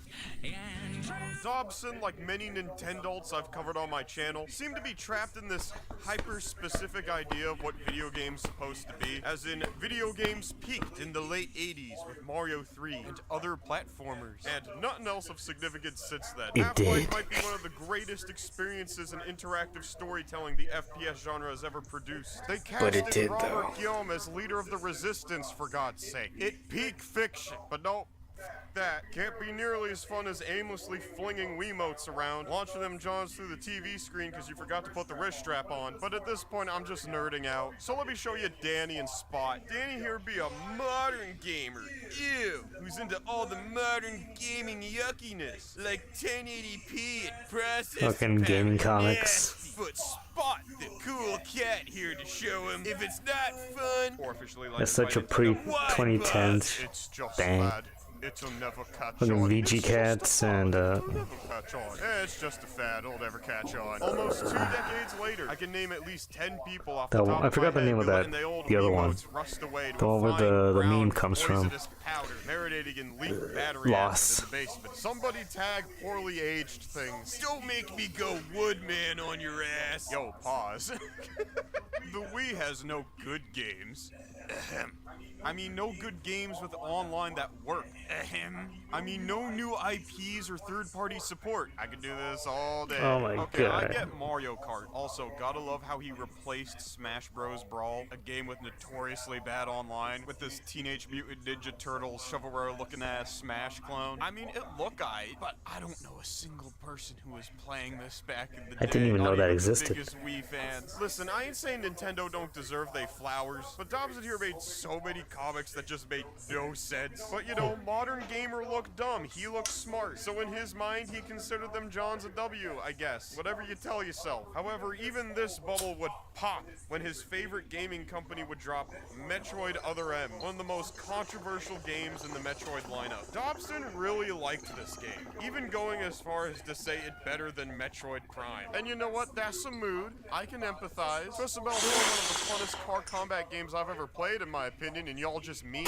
But I never played Metroid, so I don't know. I did some further digging into the game, and by further digging, I mean watching the zero punctuation review of Metroid Other M, just so I could see what about it Dobson liked so much. In the review, Yahtzee complains about how many times Samus's armor fall off. And considering this genre developed by Team Ninja, the same people behind Dead or Alive Beach Volleyball, so I think I may have stumbled upon the bigger picture as to why Dobson would stand for this game so much. I wonder if that's foreshadowing anything. Dobson leaned politically towards the left and was a self-proclaimed ally to the LGBTQ. He made it a huge part of his brand, and things like Gamergate were a big talking point of his. He liked one of the 5 people on the planet who genuinely liked the direction Disney was taking IPs such as Star Wars and Marvel. You could say Dobson was a pioneer in being annoying on Twitter, deflecting every criticism his way as racist, phobic, or sexist. Oh, especially sexism. I love this one comic in particular where Captain Marvel just give her dissolving hand the look, and just like that, reassemble itself. Out of fear Thanos be getting called misogynistic on Twitter. Oh no. And you know, he was heavy on criticizing the objectification of women in any industry, let alone media. Now, with all that in mind, let me redirect y'all to the huge gallery of lesbian ogling fanfare. Alex the Pirate was a One Piece ripoff by Andrew Dobson, where the title character Alex finds any and every excuse to get naked or groped by her lesbian crewmate, Antia. And that's it. There's other characters and whatnot, but if we keep it at a buck, only one of them gets the shirt. Lesbian kick. What an iconic slogan. I can't wait for the next merch line with topping teeth. Like, what is this, bruh? This ain't representation. This ain't even fake representation in a desperate attempt to get a thumbs up from the HRC Foundation for immediately cutting them all out of the Chinese release. Bull, you're just trying to get a nut, and it's painfully obvious. You ain't slick, Preston. You far too easy to rile up on Twitter for that. Now, speaking of Twitter, Dobson's social media presence was, pugnacious. Did he take some duster right there? What the However, I fuck? gotta point out, there ain't Why did any voice rage went videos like That's typically this? what my audience looking for. As much as I would love to see a King Cobra JFS rant like Treasure Planet and anime are the reason I didn't get hired at Disney Tubes. God damn it! That was never really Dobson's style. He was more of a blogger. However, we do got a couple animation videos if you want to get a sense of what Dobsons sound like. Hey, paisano! Oh my god. Mario, Luigi, Princess, Toad! Who did you expect? Pee-wee Herman? Hello, I'm Andrew Dobson, and welcome to my Patreon. Over the past 10 years, I've worked on a lot of different projects, from my own independent works to collaborating with talented YouTube personalities. Unfortunately, I've gradually had to move away from making comics for myself, and that's where this Patreon and you come in. Howdy, I'm Flowey. Flowey the Flower. You're new to the underground, aren't ya? Golly, you must be so confused. He was dubbing Undertale? Oh my I'll teach you god. how things work around here. Dear Lord, I forgot the Undertale Let's Play. You know what's going on here, don't you? You just wanted to see me suffer.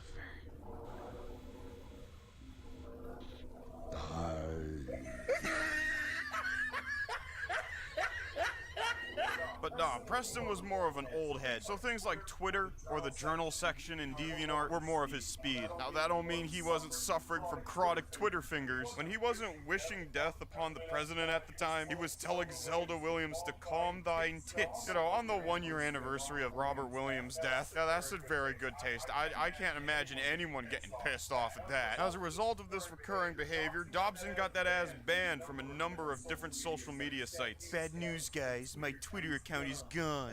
Again. Honestly, not surprised. I genuinely didn't think it would last this long since it was technically ban evasion. But whatever. Guess I won't be posting on Twitter ever again. Still pretty shitty that it was my comment about how I wish Donald Trump would unalive is what ultimately got my account of 7+ years banned. And the only reason it was reported in the first place is because Well, I managed told to get Andy a Kindler I was gonna massive rape Twitter him, account banned, so and they decided to take revenge by I think reporting I'm everything I said, one no up matter on how that. trivial. I wonder how trivial it was. Yo, unalive Though I was not would on be a Twitter for 7 benefit years. to the human race.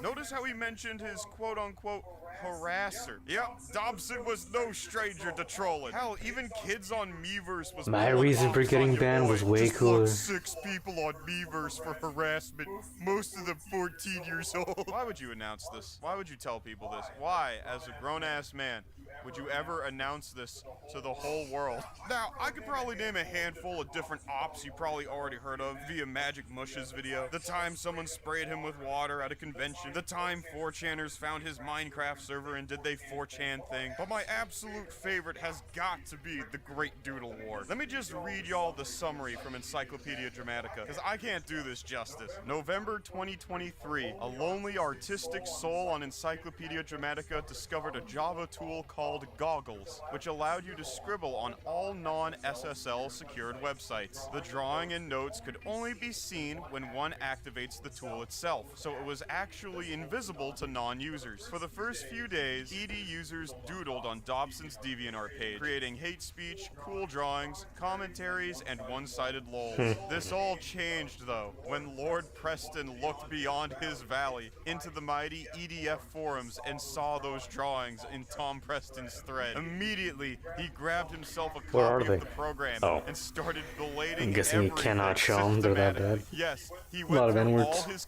all his comics and subpages and erased every single drawing. During this art holocaust, he killed a giraffe drawing that everyone on EDF cherished for some odd reason. This caused the beginning of one of the greatest shitstorms Dobson had ever started. EDF reacted Well, he did with fuck with an that giraffe. counter-offensive and drew much more hateful stuff, calling Dobson a giraffe murderer and an art killer. It must be noted that every single drawing on his pages looked more inspiring than anything Dobson had ever photoshopped. This went on until Dobson actually went on the front page and wrote, "Leave me alone." He actually spent an entire night, deadass over 10 hours, erasing invisible drawings on his page. Soon his first white knights came in and started erasing mercilessly. It was at this point nobody could guess anymore if Dobson was actually partaking in this giraffe genocide. But that didn't matter later on. Why not? Because Dobson actually told his white knights on DA to destroy the drawings every week, completely contradicting his previous statements that he does not care. The continued destruction of art made idiots rage. So hard, in fact, that they actually called in the Horde for reinforcements.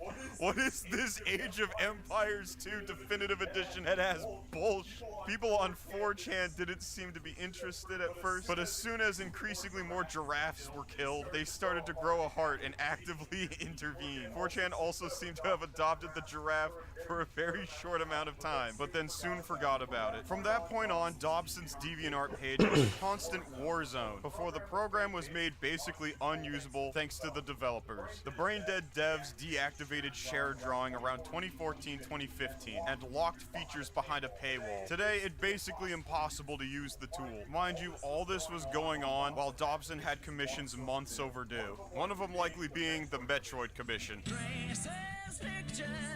Yeah, there was also a troll up where people from 4chan tried commissioning an art piece from Dobson, asking for revision after revision after revision. And you know how easy Dobson get frustrated. Cole was probably yanking what little hair follicles left on his head with tweezers out of frustration during the 4 months this went on. Yes, it took 4 months to do this $45 project. Deadass. And when he found out it was a troll, the fact these people went to so much trouble just to deceive me should be noted, because throughout the entire exchange there was no indication that what I was doing wasn't what they wanted. It was a trap, plain and simple, and it ranked me. I didn't accept the commission after that for almost 2 years, and even when I do now, I still wonder in the back of my head if any of them are being sincere, or if this is just another test designed to expose me. Expose him. Expose him. It's gaslighting and manipulative AF. Wow. Talk about a drama queen. It ain't even like they were being nasty to him or anything. If you read the correspondence, it's just, "Hi Andy, I don't know if you have a specific revision policy or not, but if possible, could you maybe adjust the foreshortening on the arms a bit? The hand holding the gun in front looks too small, and the one moving backward looks too big. Also, I think the leg on the right side might look better if it were turned forward more instead of being in profile, but it's no big deal." Jesus, that was brutal. I don't think I could ever work under those conditions. This is the final picture, by the way. I've also heard the Ridley drawing in the background traced, which reminds me, one of these things is not like the other. One of these things just doesn't belong. Can you tell me which thing is not like the other? Before I finish this song. Yeah, Dobson got into some deep over this blatant Big Ben tracing. Like, what's the big deal, guys? He only tried selling it at a convention while not giving any credit to the original photographer. Oops. People even made songs about it. Andrew Dobson, professional artist, traces pictures of Big Ben, goes to sell them at conventions. 5 minutes in Photoshop, I hope you die on your way to MCM.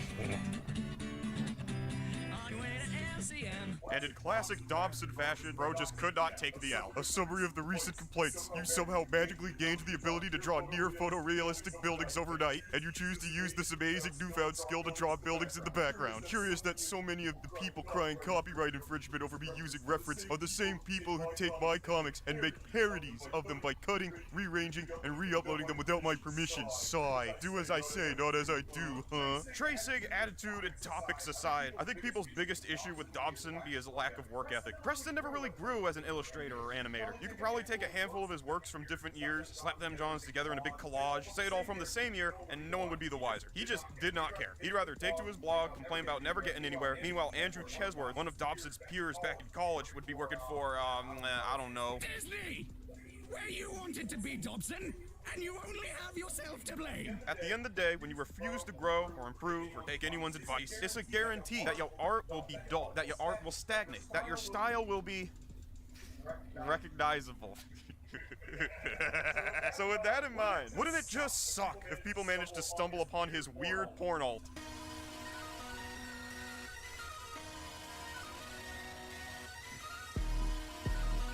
Inflation. Oh my god, Naomi. Meet Caddy N, aka Dobson's Oh my veiled God. inflation alias. He tried so desperately to keep this on the down low, but with an Encyclopedia Dramatica page and an art style as recognizable as this, it was only a matter of time. He had a DeviantArt Oh my as God, well as a Encyclopedia dedicated Dramatica. website. Yes, he paid for a domain just so he could partake in this freakery. Here you can inquire about Eating commissions, chocolate ice cream right now? blog, Based. see a list of girls he won't inflate, which is a blatant Female lie, by the way. Ranma. Play some flash games. Hold up. Play some flash games. Oh, no. Popping action. Guide the poor inflated girl through a treacherous maze and avoid getting punctured. Don't pop me. Inflate the girl to the max before time run out. But don't inflate too much. Kaboom. Collect the nails the evil girl drops and protect your poor inflated friends. Ah, What the fuck? oh, and an inflation chat room. I don't even know how those conversations would even, like, what? What? I can only imagine what kind of freak bull was going on in there. There was a forum for all those inflation fans out here. Here's a nice little patch of heaven for you to enjoy. Your very own inflation-related forum. Only topics about inflation to be found here. Come in and feel loved by other people who enjoy your wacky fetish. Your weird objectification of women, which, yeah, I'm a Just still whole up? Dobster to task with that. This fool had the audacity to make a huge stink on Twitter about sexy girls in media. Meanwhile, drawing porn where women get unnaturally inflated, filled with air type feet into literal sex objects. Miss me with that. And while the discovery of this page wasn't necessarily the final nail in the... Yeah, our story would come to a close in 2020. Rumor has it, Preston's volatile internet presence would end up costing his brother an important government job. As a result, his family demanded he get his ass off the internet, which he did. He deleted his Tumblr, deleted his blogs, deleted most of his websites, still paying for the domain though, and just dipped. Though not as drastic as the game dude, he ain't been seen since. One of the few rare occasions where a lolcow was told, hey yo, maybe at best you get off the internet, and they took said advice. Hard to believe it was Dobson of all people. I'd like to thank y'all for stopping Damn. by and listening. Also, to my dumbass they rant ran him about off the stupid internet, stuff. If or you he enjoy quit. this type of content, please like, comment, subscribe. Check Now out some of that's the a other happy people I ending. collab with. We got a fun little community going on here, and as long as you ain't you should have a good time. With all that said, this Club Doom signing out, and I will catch you all the next time. Sweet nectar. Nice. Yeah, I'd known about this guy for a few years. Not when it was happening. But man, what an ugly art style. It reminds me of, hold on. I don't know the name of it, but they used to show it. Or it used to like I used to watch it. But I've seen it on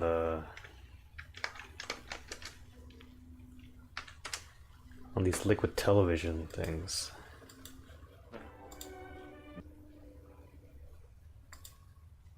Yes, okay, right away. The one I was looking for. Super sweet, ultra crunchy, fuel-injected, power-packed protein puff. This cereal endorsed by the world's wisest, highest paid superhero. Me! It's really good. Kitties.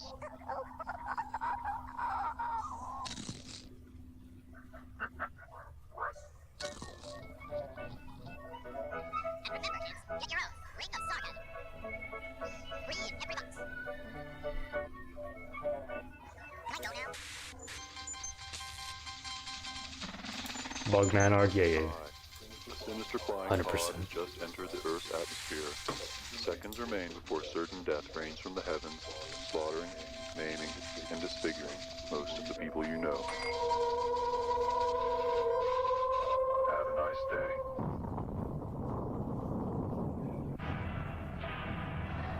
This fucking weird ass mix of CGI with hand-drawn. Grinning evil death. You are now about to witness the strength of Dion Lux. fine line between genius and insanity. Plug in. Yeah, thank you, Uyghur. For the doc, and now we have a chemo link here. Hotel worker covers himself in feces.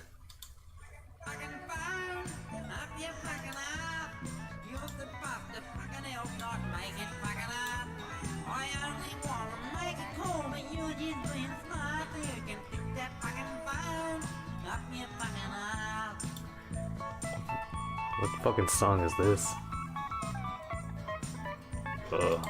Oh no. Poo-poo?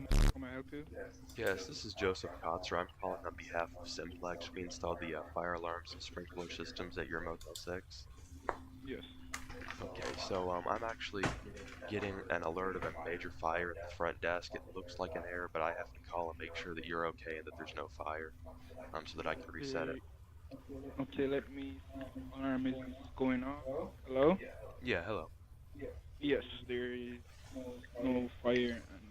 And, there Hashtag was shitted. a room saying notification for smoke, but it's no fire here currently. Definitely not. Okay. It's an yeah, AI so it looks picture, like right? We're having a malfunction with our alarm systems at your location. In order to keep the alarms from alerting the fire department or anything like that, we're going to have to go ahead and reset these. So, do you think that you could follow a couple simple instructions to help me reset the alarms? Just seems to have too much detail Okay, so, for a picture of this what I'm going to time. have to do is, will you just give me a moment? I'm going to perform what is called a momentary shut-off. I don't think those cameras back then could capture all the alarm systems and a keep them from background like that. sounding, so that they will be available to do a reset. So just give me one Detail on the so just face give me too. 1 second to do that, and then we can. It's too proceed with the hi-fi. reset. Alright, no problem. So the first thing I'm going to ask you is, are you on a phone that you can walk around with, or are you on a corded phone?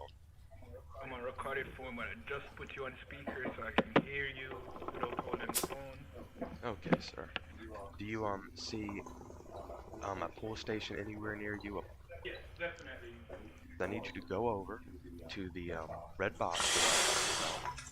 Okay, and once you get there, I have shut it off, and in order to perform this reset, I need you to pull down for no less, very important, no less than 5 seconds. And then 3 lights will beep from the side, and then you can push it back out. Do not release it before 5 seconds is up. I'm at a huge red box with multiple buttons, but I do not see the liver thing. Okay, sir. Yes, you're not at the correct location. Where I need you to go to perform this reset is go to the actual fire alarm pull stations, like what a guest would pull. If they saw a fire and you were a guest, this is the lever that you pull. Do you know what I'm talking about? Oh, yes. I see one of those levers now. Okay, sir. So I just need you to go, pull down on that lever for 5 seconds, no less than 5 seconds, and then come back to the phone. Okay.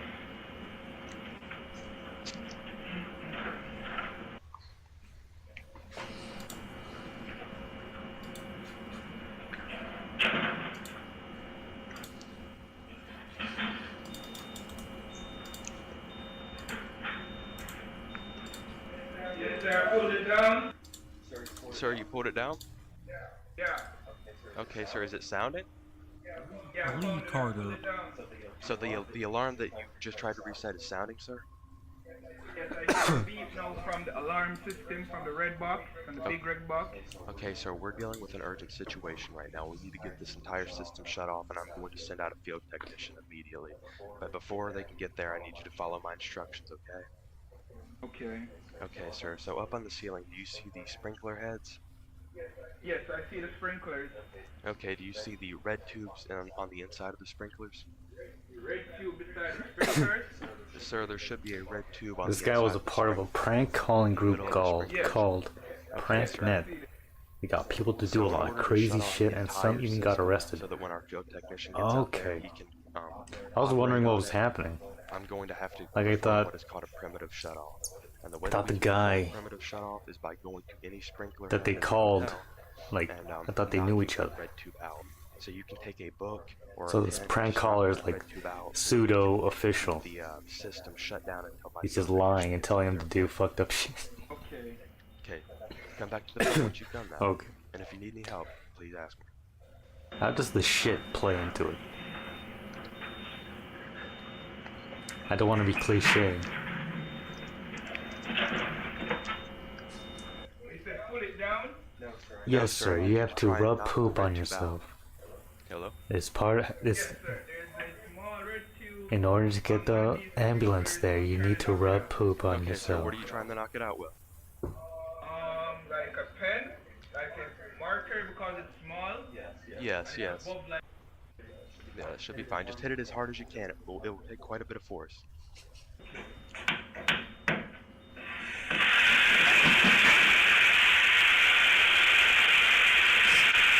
Sir, there's nothing but water spraying. So that's because you're a stupid nigger. We need to reset the stupid nigger. So do you know what the stupid nigger box is? It's right up your fucking ass.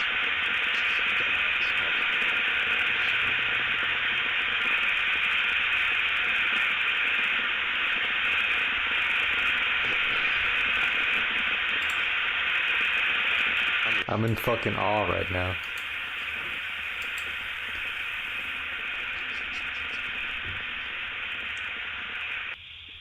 Hello?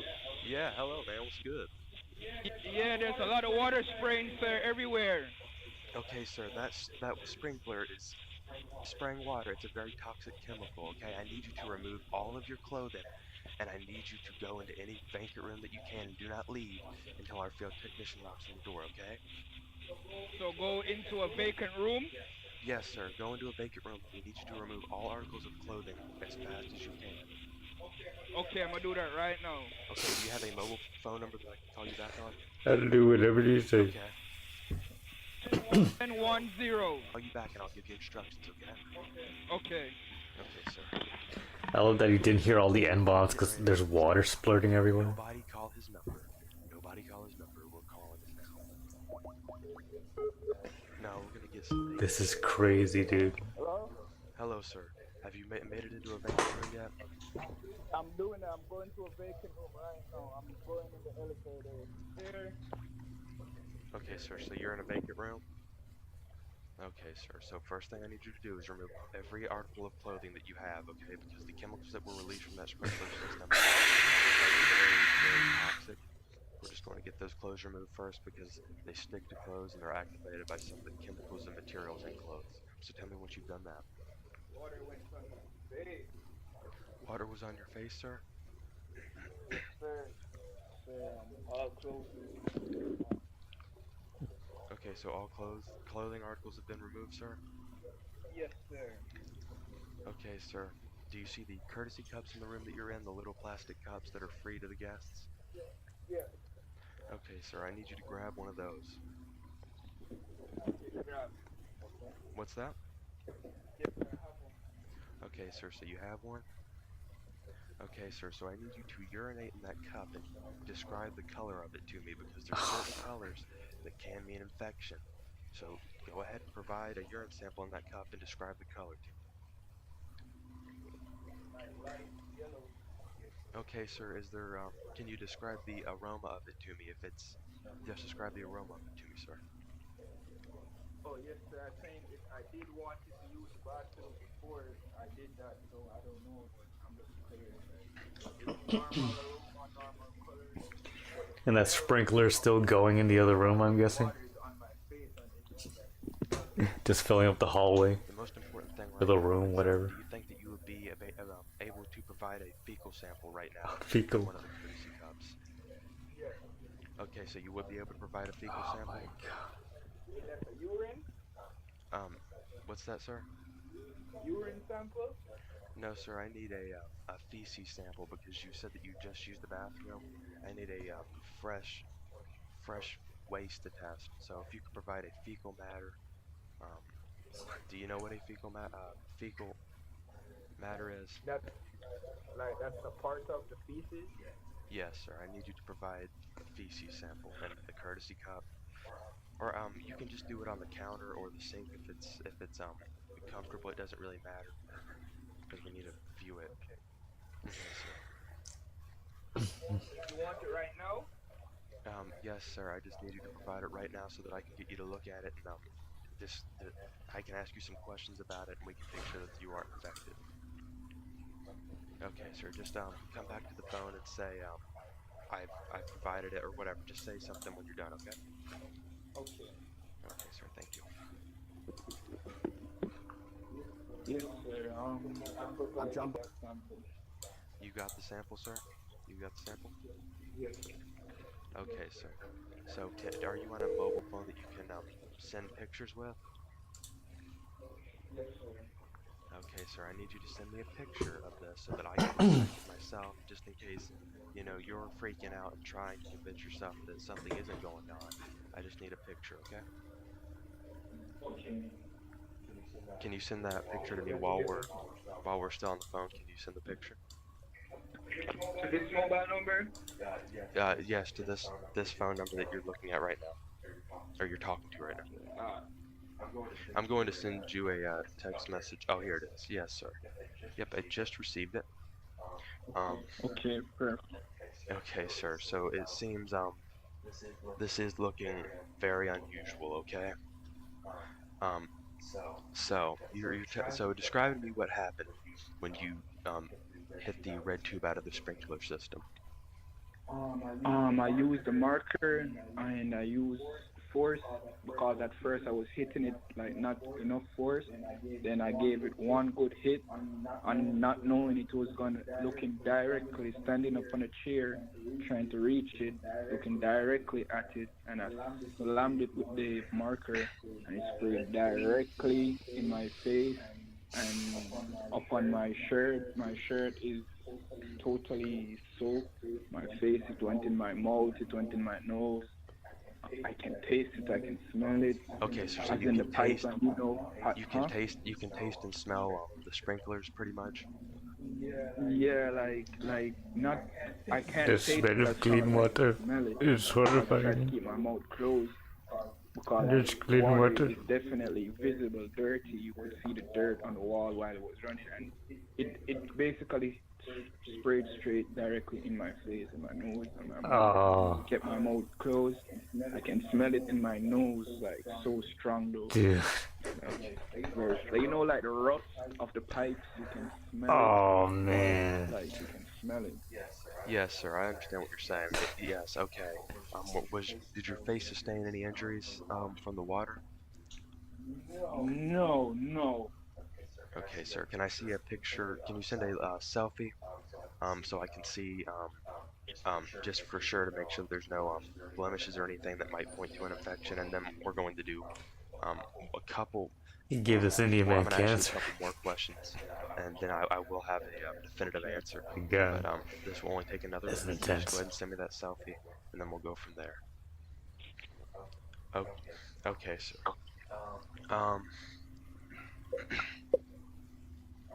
Alright, sir. So this isn't... I need you to stay calm for me, okay? Yes, sir. Are they the guys that Alright, got sir, those black people to I destroy am hotel without room? a doubt 100% certain that when you activated that sprinkler system, you let a chemical out called That's pretty fats hilarious. peroxide. No, Fats I can imagine peroxide them has a doing that very rusty without getting pranked. taste and smell to it, and it is very, very, very dangerous. And it was recalled in sprinkler systems a couple years ago, so your sprinkler systems must be outdated at your location. But are you still there, sir? Because I hear that you went quiet. Yes, sir. I'm hearing you clearly. Okay, sir. He's so serious. Just to That's why I'm reiterate, freaking out. so I'm completely sure, because we're going to have to take a very drastic measure to make sure that you're safe, okay? You tasted rust when the sprinklers went off in your face. Is that correct? Yes, sir. I'm mostly smelling it. Okay, sir. So, okay, you're mostly smelling it. Okay, sir. So what I need you to do is I need you to... It's a bunch of metal sediment being blasted in your face. We need to disinfect your Yes, face. sir. That your face was in the main line of fire of the sprinkler, correct? Yes, sir. Okay, sir. So what I need you to do, okay, is I'm going to get on the other line and I'm going to call an ambulance. But until then, we need to disinfect your face as soon as possible. The only way that you can disinfect your face right now with the materials that you have is I need you to take the feces sample, sir, and I need you to spread it on your forehead and your cheeks. It doesn't have to be near your nose, but I just need you to rub it against the parts that got hit with the water, okay? That will disinfect the chemicals. Are you serious? Sir, I'm 100% serious. I'm so sorry. We have about 3 hours with this chemical before infection and the symptoms of infection get almost irreversible. So, this is... Are you serious? If we wait... This is serious, huh? This is very serious. Sir, yes, this is very serious. I'm going to get on the other line with the police right now, and I'm going to get an ambulance sent out to your location, but we cannot wait any longer, okay? Because I've already been on the phone with you for 30 minutes. Okay, sir, I understand. All right, sir.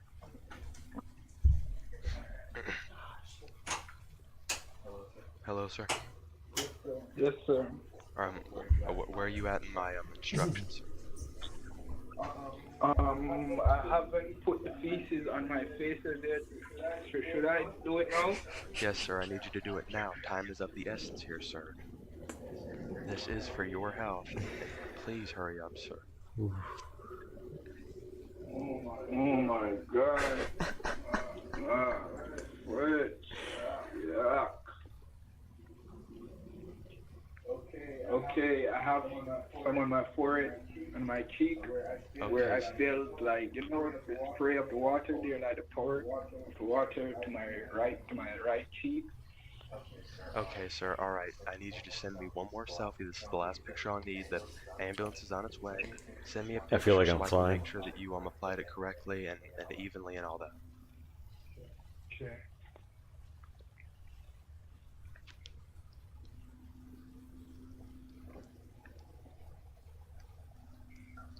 Whoa. Yes, I sent you a selfie. Okay, sir, I need you to, I need there to be more of, not just the, liquid, I need there to be kind of like you take a handful, it needs to be like a clump on your face, sir. So that way it can... Oh my. Okay. The ambulance should be there in about... The ambulance should be there in about 10 minutes, sir. But this, like I said, we need to get this done to the best of our ability because I don't know what damages have already been caused. So get a clump on your face and then send me a picture so that I can verify that it has been applied correctly. Yes, sir. Okay, I sir. sent you. Okay, I just got it, sir. Just one more thing, okay? Yes, sir.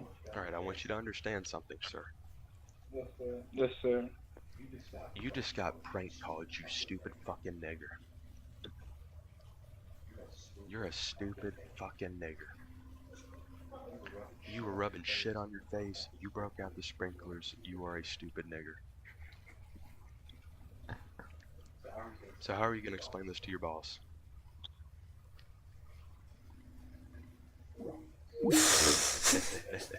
Oh my.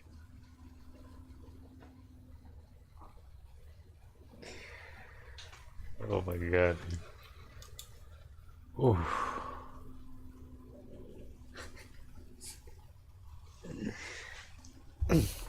I feel like I'm flying. Holy shit. That's just amazing.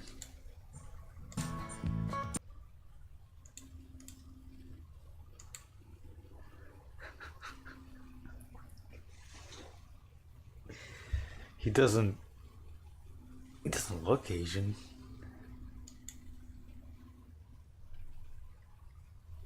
Or like Indian, I mean. Why does he have that accent? Like, what is he? What the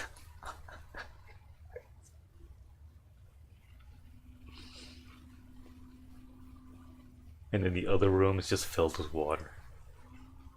Oh my god. That was awesome. Thank you, Chemo. Holy shit.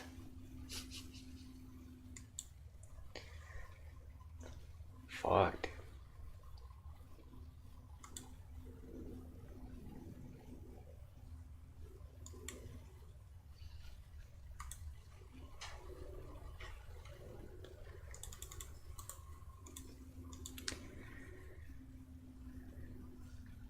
Brutal shit pill. Sounds Jamaican. He's just a shit man. Ethnicity redacted. He's the man of the future. The gray man. Brown gray.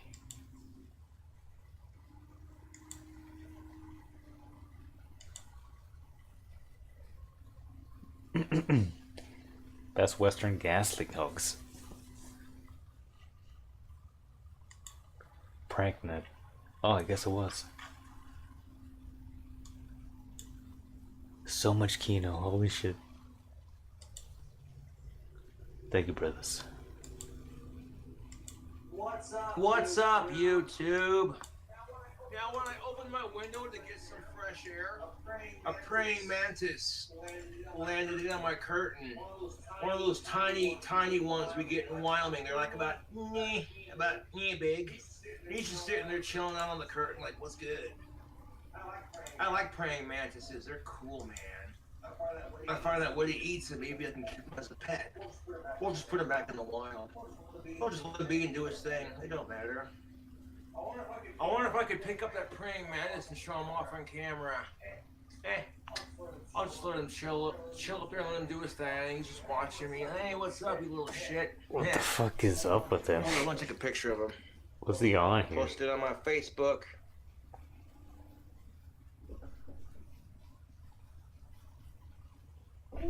Boop. There he is, YouTube. Took a picture of him on my cell phone. We got the praying mantis. Space Ghost is on. Yes. Oh, it's nice and cool off in my apartment, so I imagine that praying mantis was just like, it's hot outside, and then someone opened the window and was like, ooh, it's cooler in here. I want to just chill out. There, Nico.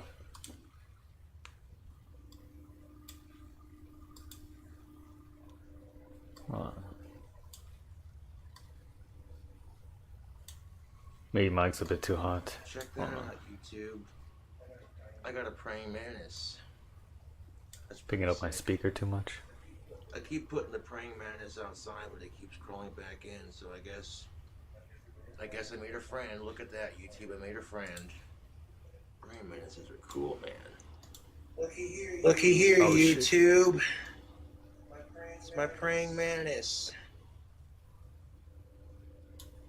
I'm dying. I tried releasing this praying mantis back into the wild, and for some weird reason, it keeps crawling back into my apartment. So I'm like, okay, I guess I got a pet praying mantis now. Look at that. I doubt it. Little something to distract you from the depressing, mundane of this video, yeah?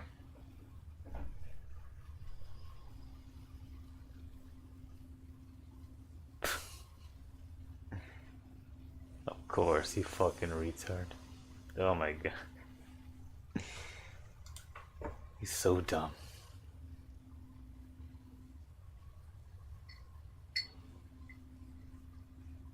And alcohol too, you fucking... Oh my god. Now a drop of booze. Like a literal 4-year-old. Beer is enough. I don't want to get this little bastard like stupid. But he convinced him because he made him break a sprinkler. You don't want it to pinch And you. then You gotta be calm. I guess there was so much sediment in the sprinkler that went into the guy's nose and he was concerned about it.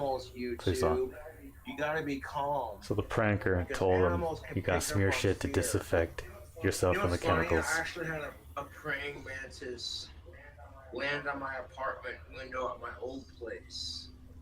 Ain't that something? Because it's a female praying mantis, I'll call her Mrs. Green. What up, YouTube? Hanging out?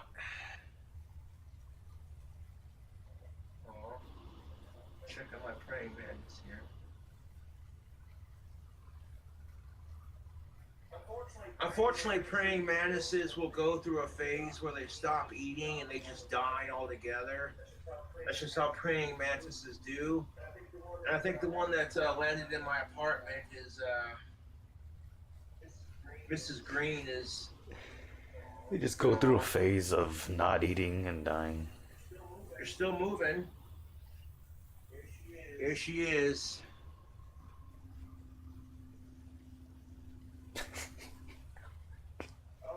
Oh, she's barely moving. Mrs. Green is not long for this world. Oh, still moving. Still moving. Oh, yeah, Mrs. Green is still moving, but just barely, YouTube. I don't know how to save her.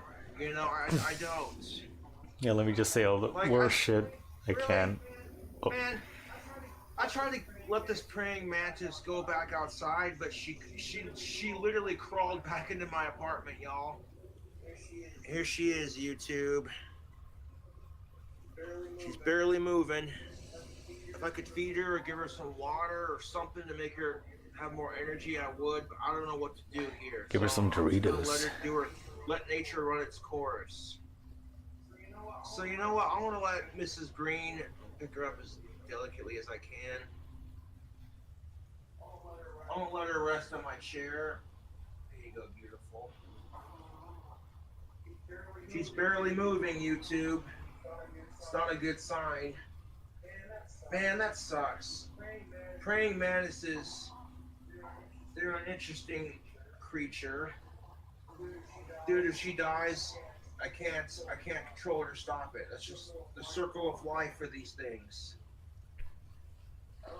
I don't think my magic would help the praying mantis at this point. I'm not gonna eat it. That's gross. You don't. No, I'm not eating the praying mantis. Fuck off.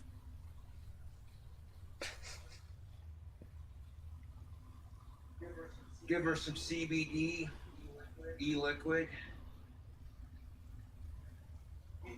You think Mrs. Mantis, Mrs. Green is pregnant? CJ, I believe it, dude. I believe it. She's pregnant with a baby mantis. She might be. Although I don't want her giving birth in my apartment because Still moving. Still moving. I'm probably gonna set her on like the outside ledge so she can die outside in the natural environment she was in. Give her a couple more hits of the CBD before I do that. She does it. Hey, big girl. Hey. There she is, YouTube. There's Mrs. Green. Her black and green stripes. Oh, hold up. No, I seen that. There's rain clouds outside. I don't want her getting drowned in rain. Damn it. I'm aware of the fact she's dying, possibly already dead. You don't gotta be mean about it, dude. It's a miracle. Man, fuck you. I'll put you in timeout for that. Impersonating the praying mantis on my YouTube channel. Predictable YouTube trolls. Use your People are telling him that it's his fault. Misery codes. You can see it on his face. I don't want to take her out of her misery. She's so pretty, dude. I think praying mantises are cool, man. And if she does die, I might actually bury her outside. You know? Nobody died today, but that praying mantis that I had for the last couple of days is definitely on its last leg, unfortunately. Mrs. Green, I put the praying mantis outside where she'd be happier. You know, when praying mantises reach the end of their life cycle, they quit eating and they don't move very much. Mrs. Green was at the end of her life cycle when she came into my life. So I put her outside where she'd be safer, or at least, you know, happier. Yeah. Mrs. Green, the praying mantis, passed away. I went to check on her. And outside, let nature. The many seasons of Cobra. It sucks. However, to immortalize and fossilize her, I'm going to put her on a staff for Cobra Craft having wands. One that already has a green quartz crystal. You can't tell me that wouldn't be sick, YouTube. We just sitting holding the Cobra Craft hammer. As fucked as that is kind of cool. And it's a staff, you know. But it is fucked up. Phantom staff. What the fuck? Black leather, black paint. I'm making a crystal staff with a fossilized praying mantis. And I'm selling it for a pretty penny. And is that the kratom? People got a problem with it. That's the their Sippy Cup problem, saga. You know.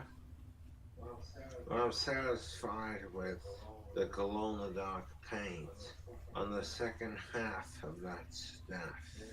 Then I will glue A most worthy praying mantis. Yes, Mrs. Green is getting immortalized onto a staff.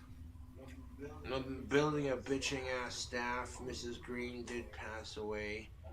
I let her outside, pass away in nature naturally. I could tell she was dying, so I wanted to make her last couple of moments on Earth like, whoa, you know what I'm saying? That's why I blew CBD out of her and shared my booze with her, is because I could tell she was on her last leg, you know.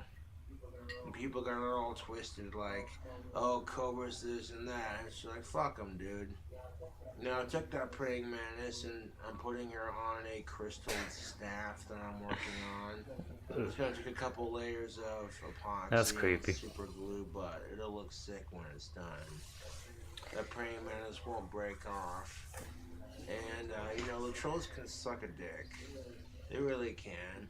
They're the biggest losers on the fucking planet. Just like no reverence for life. I was gonna list it's the, cool and pretty. the praying mantis And you know, they staff just for die $666 sometimes. because staffs Like are expensive trolls to and ship, trolls and trolls. and it is what it is. Damn, rest in peace.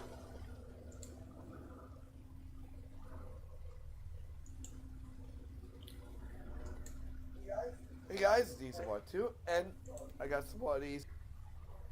Last Guardian's thinking putty. Huh? Lost Treasure Guardians. I've decided that since last time it was kind of fun to see what I got.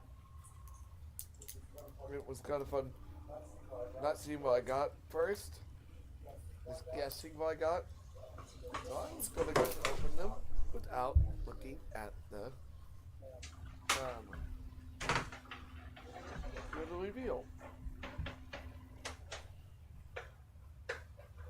And then we'll look at the item list. The stuff that we do. Stop YouTube. Stop YouTube. Stop YouTube.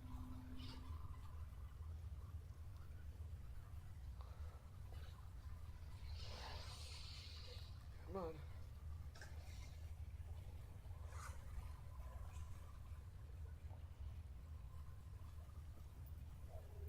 What's going on here?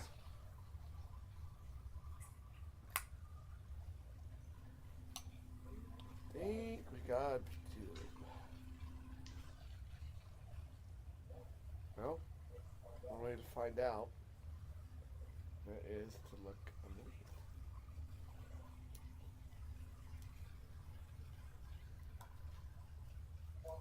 I'll be taking it out until we know if it's a tube or not.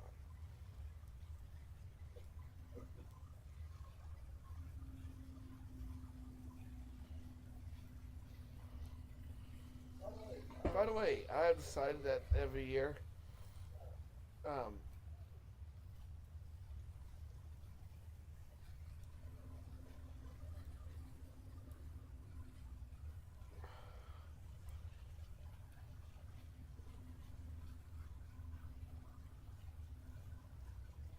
we do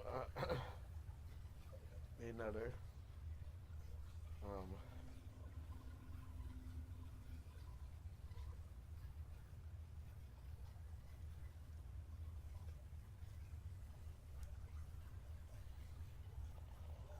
well, if I can get this thing to what I'm seeing here is that every I do an advent calendar. And by the way, I probably missed a couple Christmas specials last year. We talked about those on this year.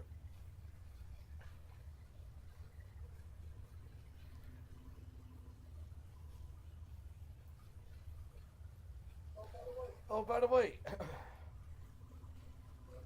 I went to my niece's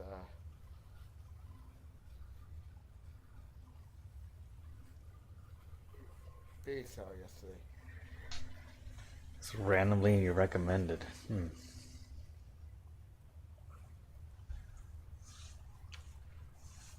This is just a video of a normal Jewish guy with no yeah, it's disabilities. YouTube, so I'm not going to take it out. It's a Dungeon Quest 1. And that's okay. That's alright.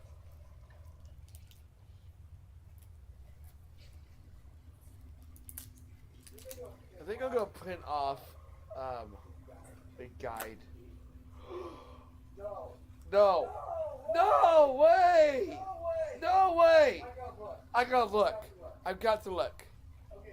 Okay, had to look, and no, this one is not rare. But I'm okay with that.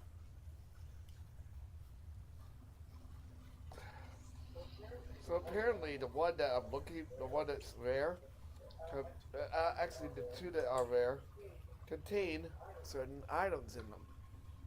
Why'd you freak out then?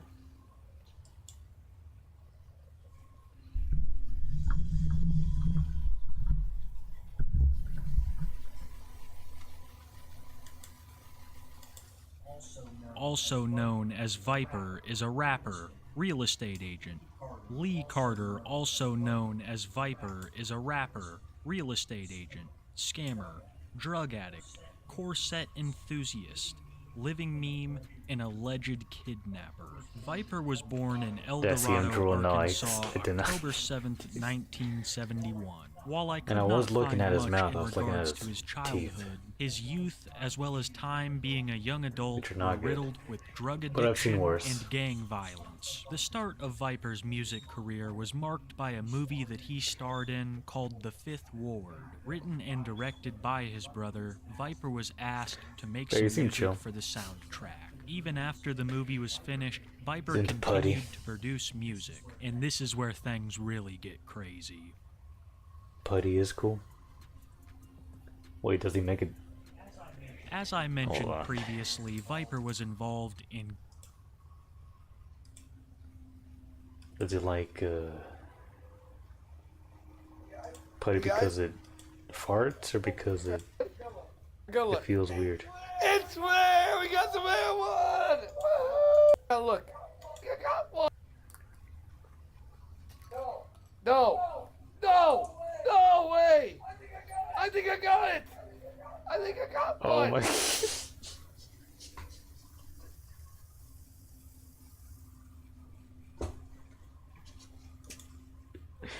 Is this over here? Please? Oh my god. Please show me this over here. Hold up. I gotta look. I gotta look. It's rare! We got the rare one! Woo! We got the rare putty! Oh my god. Let's go! Just drooling. Where'd the topper go? Hold up. I gotta find the topper. Go! Buried treasure! Ed, the reason I knew this was rare is because I looked up on the site. This was Andy Kindler after he saw that my account got banned from Twitter. That was awesome. And here's a little... He had to have a celebration. I'll show you guys a bigger. The last one I got. When I get it out. That is awesome. Just a Jewish man slobbering over rare putty. Alright. Don't be a tube. Don't be a tube, baby. Come on. Don't be a tube. If you do, then let me set my life.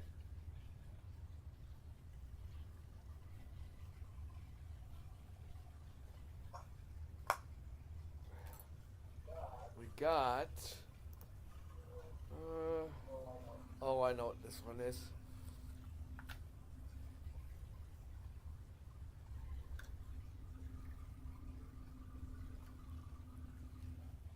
Oh, it's so cool. So yeah, this one looks really cool. I consider this man our greatest ally. What one I got from this one? What this one is called? But man, we got a rare. Let's go. Let's go. You know how hard those things are to find? I mean, are the Palestinians into What are they putty? called rare? Are they pro putty? So, let's see what we got. That's my one issue. Name of this one. And then?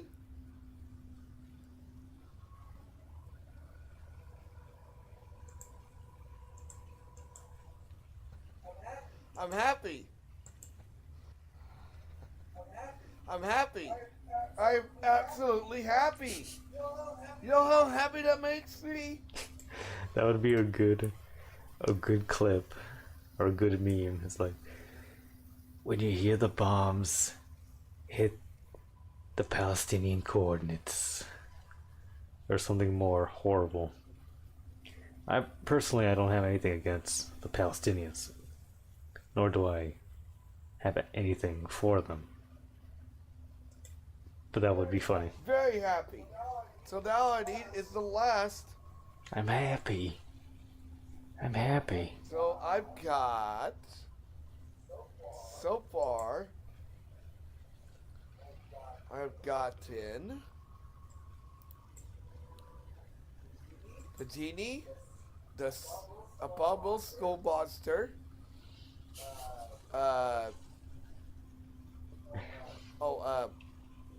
Yes, Uyghur, exactly. dungeon. The dungeon one. Pretty cool. I got the pearl one. I got the rare. So happy. I'm happy about that. They grinded That down one, all those I was not Palestinians into expecting at putty. all. I I'm was so not happy. expecting the rare. They're in the I palm was of like, my you know what? hand. I'll be okay if this is a rare one. But it was. You know how long it took me the last time I was looking for that silly thing? Months to find this one. I really like this one, by the way. Nice and pink.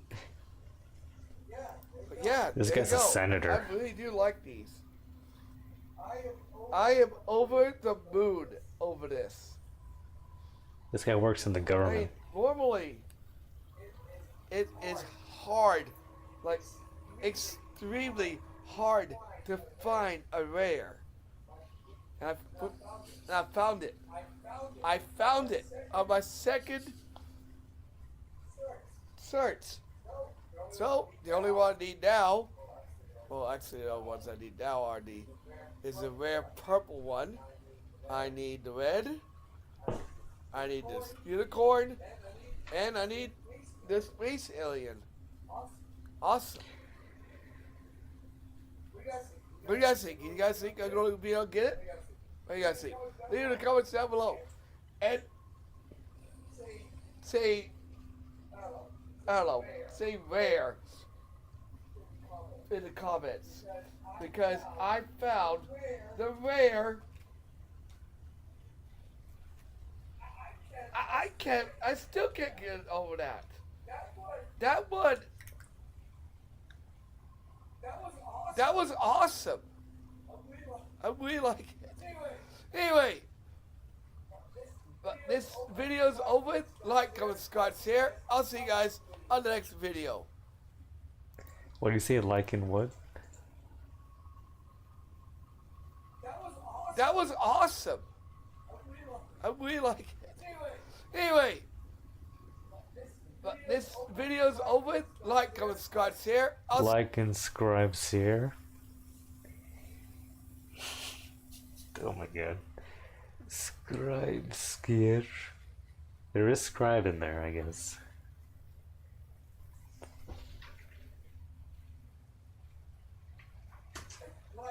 Like, comment, subscribe, share. I'll see you guys on the next video. Nice. I love Jewish people.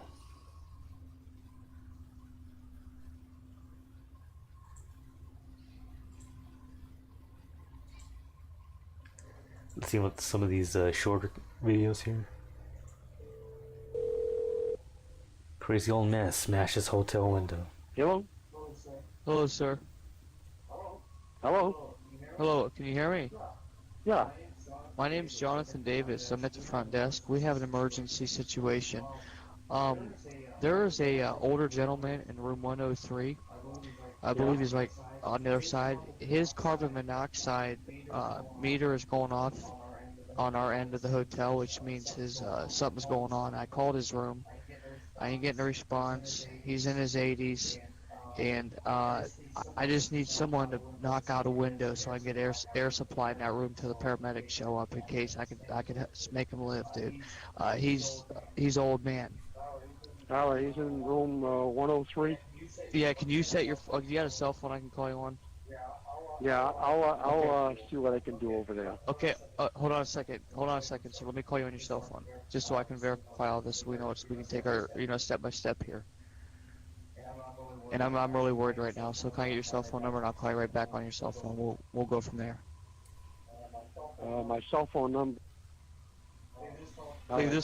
Set this phone down. Don't hang up. We're gonna call. Okay, we're gonna call you on your cell.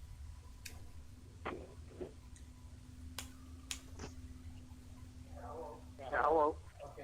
Okay, so now grab the toilet tank lid. Okay, hang up to the phone.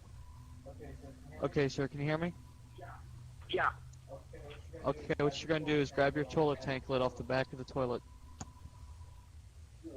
You what? Sir, grab your toilet tank lid so we can get that window knocked out, so we can get air in there, and you can wake him up. I can't get a hold of the guy, and the fire department's responding to a house explosion on 3rd Street. Yes, we gotta get that man air in there. We gotta get air in that room now.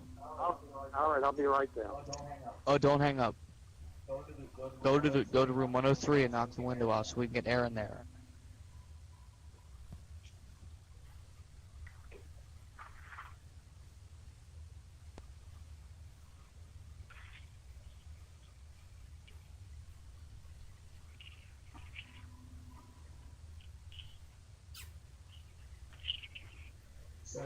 So are you there? Yeah. Did you get it knocked out? No, it's a big window. Well, I know, so we gotta get... All right, I got something in my car I can break it with. Okay, go ahead and do that. Hurry up.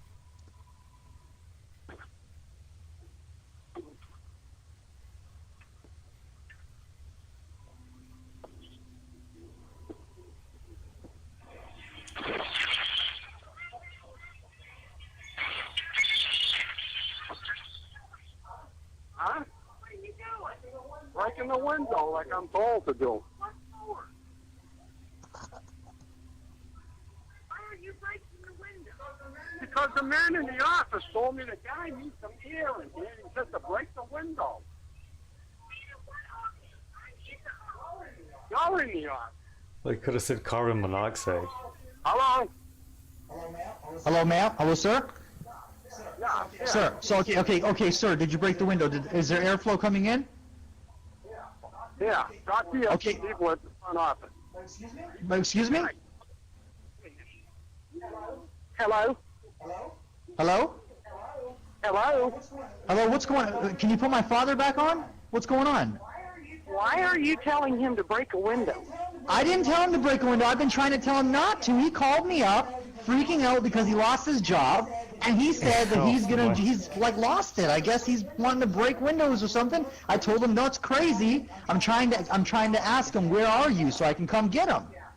Yeah, this is the general manager. He's at the Motel 6 here in Fayetteville. Okay. Oh, okay. So he just broke out your window? Yeah, he just broke out a room window. Oh my God! I told him not to do that. Can you slap him or something for me? He deserves it. I mean, seriously. No. I'm not going to do that. Okay. All right. Well, don't worry. I mean, how much is it going to cost for the window? Probably like $100. Yeah, it's usually about $140 to have it replaced. Okay. Well, that's no problem. Either he's going to pay for it, or I'll come down and I'll pay for it myself. It's not a big deal. I apologize. He's not crazy or anything. He's just having a really bad day. Let's pick him up. Excuse me? Are you coming after him, or do I need to call someone to come pick him up? Oh, yeah, you don't have to call the police or anything. No, I'll come get him or whatever. At the very least, he's going to pay for the window. Don't worry about that. He's getting old, you know what I mean? So. Hey, How far away are you? Oh, I'm about 20 minutes away. It's no big deal. Okay. All right, I'll be there soon. Yep. You've got 30 minutes. Okay, can you go ahead and at least just give him a hug or something? What's up, Anton? I'm not allowed to do that, but I'll stay right here with him. Well, he doesn't have AIDS. It's gonna be all right. I understand that, sir. It just goes with my job. Okay. All right. Well, where is he right now? I'm right outside of the room right here. No, I mean like where is he? Where did he leave Listen or to did he go back to prank his room or? I don't even know. Let's see. You need to figure Are you out holding his cell phone? Is that that's what's going on, right? have his cell phone. Okay, can you go ahead and give it back to him and I'll explain that I'm coming to get him, etc. Okay. Your son wants to talk to you. My son? That's not my son. Hello, who are you? I am your son. Don't you dare denounce me. Just because I'm in a relationship with Michael doesn't mean I'm not your son. Who the hell are you anyway? What? You don't know who I... Dad, how could you do this to me? I don't know who the hell this is. Hey. Yeah, this is what happened because I already is. Okay, look, I'm on my way. I'm on my way. Thank you. All right. Bye. Bye-bye. Epic! Dude, that was Oh my god. recorded, man. That was incredible. Oh my god, dude. That's fucking psychopathic. That's so good. Oh man.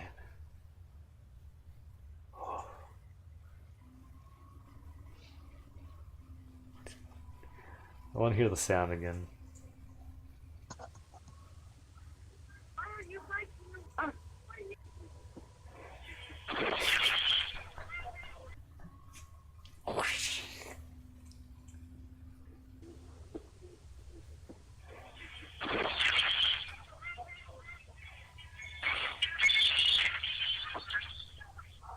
Huh? Breaking the window like I'm told to do. Like I'm told to do.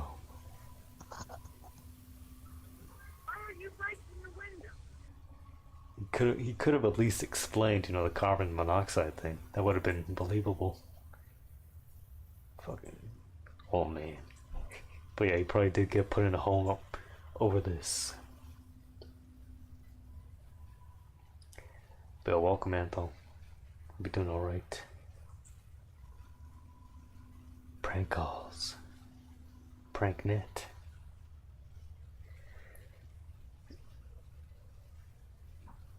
Wait, hold on. What? Oops. That's Western hoax. 2 rooms destroyed at once. Hello. Hello, sir. How you doing this evening? Good. All right, sir. Here's the situation. We have a urgent situation happening right now here at the hotel. We have a gas leak on the first level, which includes one of our guests doing laundry, and we have the dryer connected to the from the gas line to the dryer, and it ruptured. And now we have a serious situation happening right now. And what I need you to do is stay on the phone with me and listen to my instructions, okay? Okay. My name's I'm Jonathan Davis. I'm calling from the front desk, okay? From Korn? Okay, now can you get a towel and put it underneath the door? And then come back to the phone and get more instructions. Yeah, hold on a sec. Okay, sir, I'm sorry to bother you, but this is a serious, situation happening. Sir, are you there? Sir? Hello? Hello, sir. Did you put a towel underneath the door? Yes, I did. Okay, I got the Department of Fire and Safety on their line with me, and they're instructing me to give you instructions as well. Okay, now you have a television, right? Yeah. You unplug it from the wall and make sure it's shut off, and then come back to the phone. Okay. Okay? It's for your safety as well as mine. I'm here. I think it's all unplugged. Sir, are you there? Yeah, I'm here. Okay, did you unplug the television, correct? Yeah. Okay. Hold on 1 second here. I got a protocol sheet. I gotta I wish I follow. was a sociopath so I could do this shit to people. Yeah. This takes some balls and some mental illness. Okay, can you But unplug it is the fucking clock funny. to make sure it's discharged? Because we do not want a explosion. Because these items hold These much people of kinda charge, deserve it. even though they're unplugged. Yeah, it's already uncharged. There's people I don't know. Okay, that's good. That's good. Can you make sure that I get a wake-up call on 5:30 then? Yes, sir. We'll take care of that. We'll take care of that. Okay, because if I shut it off, I'm not gonna be able to get up for work. Okay, that's fine. Go ahead and shut it off. We'll guarantee you a wake-up call, and we're also going to guarantee you a brand new room tonight because due to the fact of the inconvenience. Okay. Okay. Hold on a second. The fire department's calling me right now. Okay. Hold on. Yeah. Jonathan Davis here. Yeah. Oh my God. Really? Yeah. Two of them? Oh man. Okay, I'll let him know. Yeah, I'll let him know. Yep. Sir, are you there? Yeah, I'm here. All right. Here's the deal. They're telling me that we need a 5-foot by 5-foot section of the window busted out because 2 people in the rooms on the second level called the front desk just now, and they called the fire department. They're feeling lightheaded and dizzy. And so I need you to do, for your safety as well as mine, I need you to get a window busted out. I don't care what it takes. The toilet tank was... Are you serious? Classic Yes, sir, broken window. I'm serious as a heart attack. Okay, I'll tell you what, I'm a glazier. Let me throw on a pair of pants and I'll bust this fucker. Yeah, don't hang up, okay? Hey, you're ready. Can I throw on some clothes Yeah, quick? go ahead. So you're sure you want me to break a window? Yeah, sir, please, this is an emergency. Okay. Grab the toilet tank lid, you can use whatever, just get that window out now. That'd be appreciated.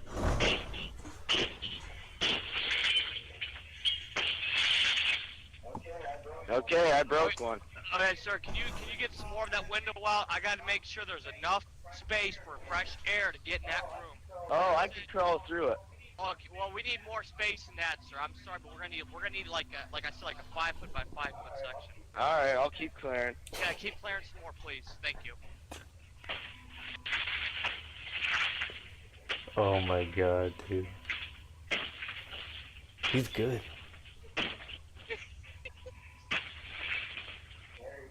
There you go. Alright, sir, hold on a second. The fire department's calling me. I'm sorry for the inconvenience. Like I said, we're going to replace the room. We're going to replace your stay. Thank you, Give your Anthony. money back, Hit all that that. link. That's the whole deal. Because this is for your inconvenience. Hold on a second. Yeah, Jonathan Davis here. They unplugged the TV. It's correct. Oh, I mean, you guys, no, this is correct code, correct? Yeah. So you want him to bust the tube out? The tube out of the TV. Yeah. I mean, if that's what it'll take, that's what it takes for no explosion. I'll have to go with. All right. Well, you're gonna be here in 3 minutes, correct? Okay, sir. Yeah.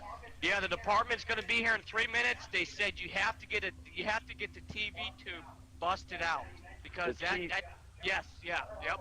How am I supposed to break the TV? Grab the toilet tank lid, sir, and just throw it through the screen. We're gonna replace the TV, the windows. It's all because of this, ordeal. This is our, thing. Go ahead, grab an iron or anything that has weight to it. Just hit And it. bust that fucking TV? Bust that fucker, yeah, exactly. Bust that exactly. Okay, give me 1 second. Oh, The toilet lid. I love that he almost said fucking there. That could have given it away.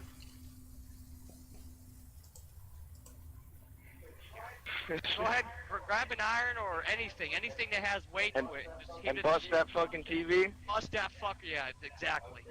Okay, give me 1 second. Ah, that's such a cool sound. Some of these glass shattering sounds are very cool, especially through the distorted phone mic. Kind of bell-like. Would be cool for some gamelan. Broken glass gamelan. Give me 1 second. Whoa. The toilet lid just broke and it didn't break that TV. Oh, really? Yeah. Oh my God. Is there a coffee Was the pot porcelain or breaking? an iron in the room? Or use a chair. You know what? Use a chair, sir. I mean, this is really Sound like serious something from situation. We have- Pokemon. have no explosion. Chang. Okay, hold on. Okay.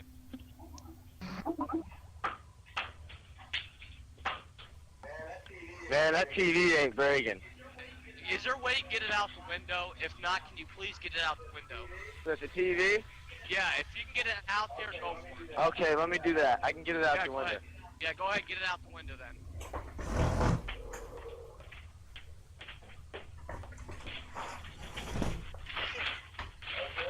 Okay, I got it out the window. Alright, because our maintenance guys are going to be there in a little bit to collect these items. Are they gonna flip on me? No, dude, don't worry about it. No, sir, they're not going to. Okay, Hold on a 'cause second, I just broke that toilet thing. Okay, that's fine. Hold on, they're calling me back. Hold on. Hold on a second. Austin Davis here. Yeah, got 2 guests that are okay. Yeah, I got the guy, and he's fine. Everything's taken care of. Yeah, you're right around the corner. Okay, well, come in the front entrance and just come to the first level and into the guest laundry room. Be there. Yeah. Well? Yeah, I'm here, sir. Dude, let me call you back. There's an emergency situation. What's going on? Yeah, I'm fine. Okay, bye. No, that was the guys that are here next door. Oh, what'd they say? Nah, they were just calling to make sure I was all right. Yeah, you tell them you're fine. Tell them you're fine. Yeah. Yeah, because I'm going room by room right now. Okay. Now, okay, so I just got the phone to the department. In this case, it's kind of believable. You know, gas leak. Somebody's calling from up in the front. They're gonna come here to the room and take me out. Gas leak, weird smells, headaches. Sir, this is Jeff Anderson, the general manager speaking. Now that TV, is it on I mean, balcony? Yeah. Is there any way you're able the to lift that Jamaican TV guy up? was retarded. It's over top of all that glass right now. I just kind of sat it there. Do you want me to put it somewhere else? Okay, And the all right. old Now, man, sir, what to an room? extent. Now, is it next door? Is it the room next Well, door no, it's that just kinda like called you? similar. Or are they your friends? Carbon monoxide Because I is believe that's the believable. room we're going to next. Now, what You room want is me to that? wake 'em? That's 304. 304. Okay, go ahead, Jonathan. Yeah, they're not gonna be happy either. So you there, sir? Yeah, I'm here. Sir. Okay, just to confirm, so what are the who's staying in 304? Jason Seacrest. Okay. And Joe Smith. They're awake. One of them just texted me.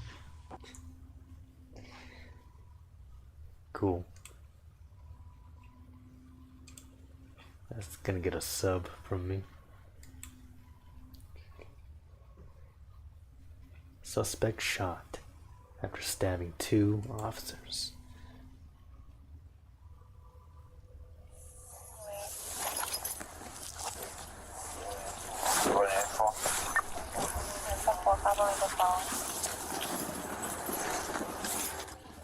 Call the police?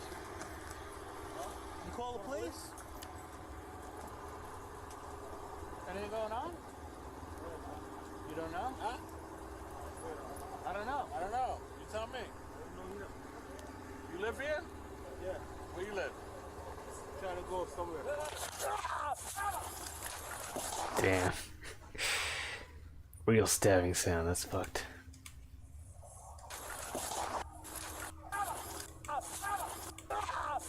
Go somewhere.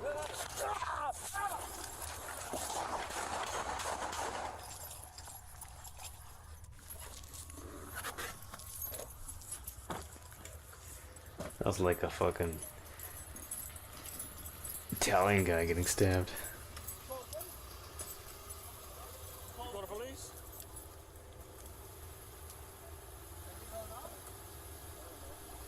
Actual wall moment. I don't know. You tell me. You live here? Yeah. Where you live? Trying to go somewhere.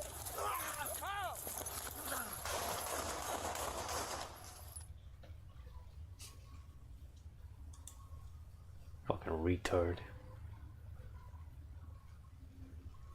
Fatally shot, that's what I like to hear.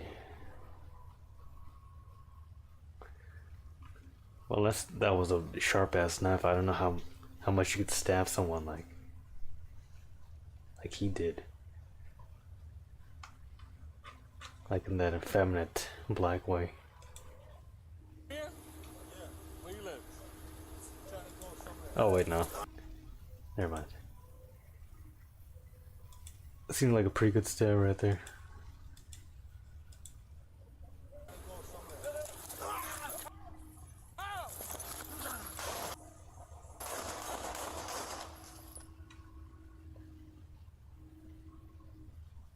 She. Never let a suspect come up on you with hands in pockets. So true. Or as they say, never relax. Gang activity, admitting many times to his past selling drugs. Viper started out clean, just selling, but like so many before him, he eventually fell into being a user. Viper claims this began when he started sampling the drugs for quality control purposes. His addiction threw his music production into overdrive. Early in his career, Viper had an epiphany. More albums equals more fame. It didn't matter if he was reusing songs on multiple albums or even reusing album covers. Viper was dead set on creating as many rap albums as possible, eventually creating what many regard as his magnum opus, Yule Cowards Don't Even Smoke Crack, which would remain generally unknown until 2013, when someone uploaded the album to YouTube. 2013 was a very different time for the internet, where humor like this was at its peak. Because of the name and album cover, it was already a meme. But after people heard the lyrics, it was set in stone. Viper would capitalize on So this like Korean attention by footage creating from even more albums. Perfect Guy Life? 1 year making an album every Chinese single dealership? day. From what I've been able to gather, he has released over 1,500 albums. Remember and discovering not all of Viper them on are A in Stream. one genre of music. Many consider Viper Before to got be the nailed for godfather Sex Slave, yeah, of yeah. what is now known as cloud rap. That was recent, and though. some even proclaim him Took the me a while creator to of Vaporwave. check him out, I but attribute this to the sheer amount of did take a albums while. he has created. Definitely Let not me just read 13. you guys the names of some But of that my cover favorite was Viper legendary. albums. Yourself, man. Cops are jealous losers. The world, it ain't real. I bend the spoon with my mind. My piano Yeah, cake. Viper did hustle well and with the fake. They hate me because I'm 2010s meme Vaporwave. culture. Shed Skin, which I particularly love because of the album cover art. Thug Renditions. And It is this some one is great my music. personal favorite. E-Boy. What the fuck? All I need is that money. Over half of these albums are part of a trilogy. Yes, there is And there I are a bend lot the of good spoon Viper with songs. my mind too. Don't worry. One of the only things I find funnier than his album names are some of the album covers. The cover to his famous album, Yule Cowards, is actually another album cover that has just been cropped up close. The original album is called Southwest Hooligan and is far inferior to Yule Cowards, in my opinion. Another thing that really gets me is Viper's unique music video style, and Oh, I yeah, will the play music many videos are of these throughout fucking this great. video. Viper's music, even though the majority of it was bad, elevated him beyond the level of Ain't no your one gayer average than you street-level making rapper. moves. It is what drew everyone's attention to him. But Yeah, as this was- people looked these were into something Viper else. more and more, they realized that stuff like Yule Cowards I really is got the to mere surface know these of his videos when insanity. people would send them in to my stream. Lee's decades of recreational crack use have taken their toll on his mind. One doesn't simply make a rap album every day of the year for a whole year straight, unless they have some kind of chemical assistance. But it's not just the music. His psychosis will manifest in many different ways. One example being the Great Reset. Back in 2020, for months, Viper was going on and on about how the world was going to end in an event called the Great Reset, declaring that June 19th, 2027 would be the last day of humanity. I cannot stress to you how serious Viper was about his Nostradamus-like prediction. But belief in an impending doomsday has got nothing on what we're about to talk about. If you saw the title of this section of the video, you're probably asking yourself, what is a thawd? In technical terms, a thawd is simply a woman's corset, which Viper enthusiastically wears in his daily life. But Viper doesn't call them corsets, no. He calls them thawds, which stand for the Ordinance of Death. Truth be told, I have absolutely no idea what that means, but I do know the purpose behind why Viper does this. He claims the thawds absolve him of his sins and help him transcend evil. These are his words, not mine. Viper's struggle to wear more and more corsets in his daily life is well documented as the Thawd Wars. Viper could not just settle for wearing one corset. His sins were simply too great, so Viper would often double, sometimes even triple up on these things. It is well documented that this caused Viper extreme discomfort and sometimes even pain. His goal throughout this was to defeat one Thawd and add another. To defeat a woman's corset, all you have to do is be able to wear it around everywhere at all times.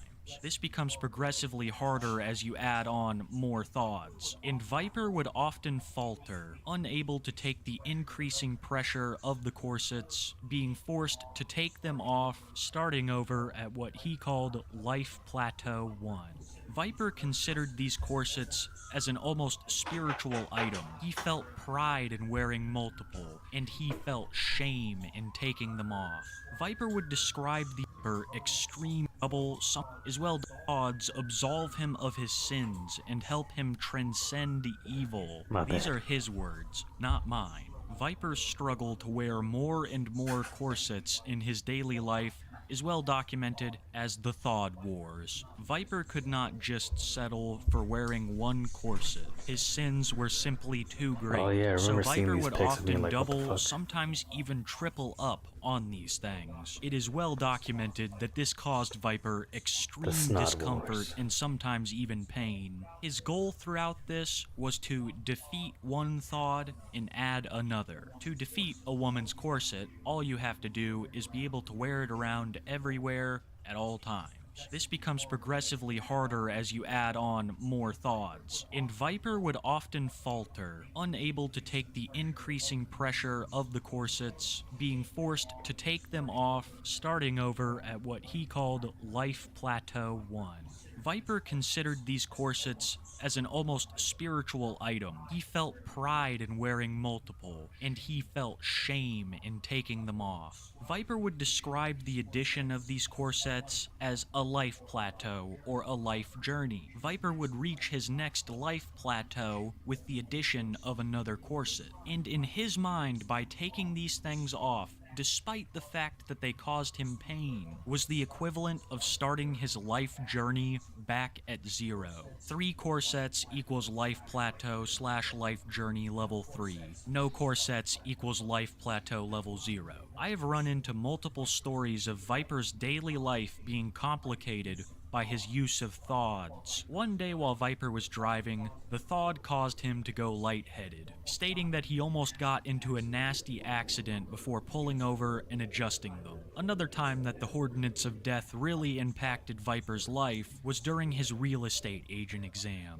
where under the immense pressure of 3 Thawds, he failed his exam. He was not shy about sharing the struggles and tribulations behind daily Thawd usage. Viper's Twitter is a treasure trove of unhinged delusion, and I would be doing you a disservice if I didn't read you just a couple of Thawd tweets. What I'm about to read you will be a series of tweets in chronological order, detailing probably the most infamous of the Thawd Wars. Day 0. I have fallen back 1 day on my first journey. I mind to start day 1 tonight and add Thawd in my sleep. Tomorrow I will wake up day 1-J1. Translation: he had to take the corsets off because they hurt, and he's starting over by sleeping with one on tonight, which I missed that previously. He sleeps with these things on all the time. When he says tomorrow I'll wake up day 1-J1, he means day 1,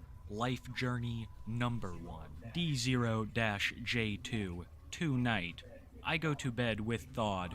I make my attempt to wear it 15 days straight. On 5-16, I order a third Thawd in preparation for my final journey, J3I, and 2, a possible death. Translation: he's putting on his second Thawd and he's gonna wear it 15 days straight before adding the third, which he says can result in possible Like the George death. Floyd Day avatar. 1-J2. It is time to be real. Thawd possesses a power that I have yet to control. When it hurts, I put it on my pelvis, and recently I haven't worn it at night. Translation: that second Thawd is really chafing. Behavior like this is very typical from Viper during a Thawd war. But it is the next tweet that I'm about to read you that cements this Thawd war as the greatest. D2J2. I have a bad case of pneumonia. I feel like Darth Vader when his limbs were disemboweled. My resolve has never been greater. Long live the Sith. Through sheer dedication and force of will, he managed to wear the Hortonance of Death for so long that he caught pneumonia. Now, I'm not a doctor or anything, but putting massive pressure on your lungs and also smoking what Viper does is the perfect recipe for pneumonia. To summarize this section, a thawd is a woman's corset, or in Viper's words, the Hortonance of Death. It is a spiritual item that Viper uses to absolve himself of his sins, and it has caused medical issues. I think it's safe to say that Viper's love of thawd is only rivaled by the title of our next section.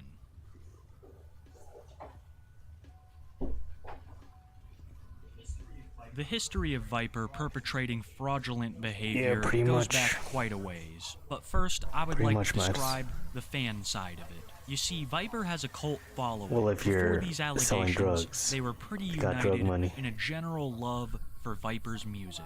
Some people You out got- you there got time to claim make if you some- listen to some the dope right jams. Viper albums, they're actually pretty good. Having such a devout fan base, Lee Carter decided to capitalize on it. He would sell just about anything under the sun to fans, leading to a very well-known meme in the community. 49 bucks, family. Viper will price almost everything at 49 bucks. 50 is simply too much. And anybody who messages Viper will quickly be referred to as family by him.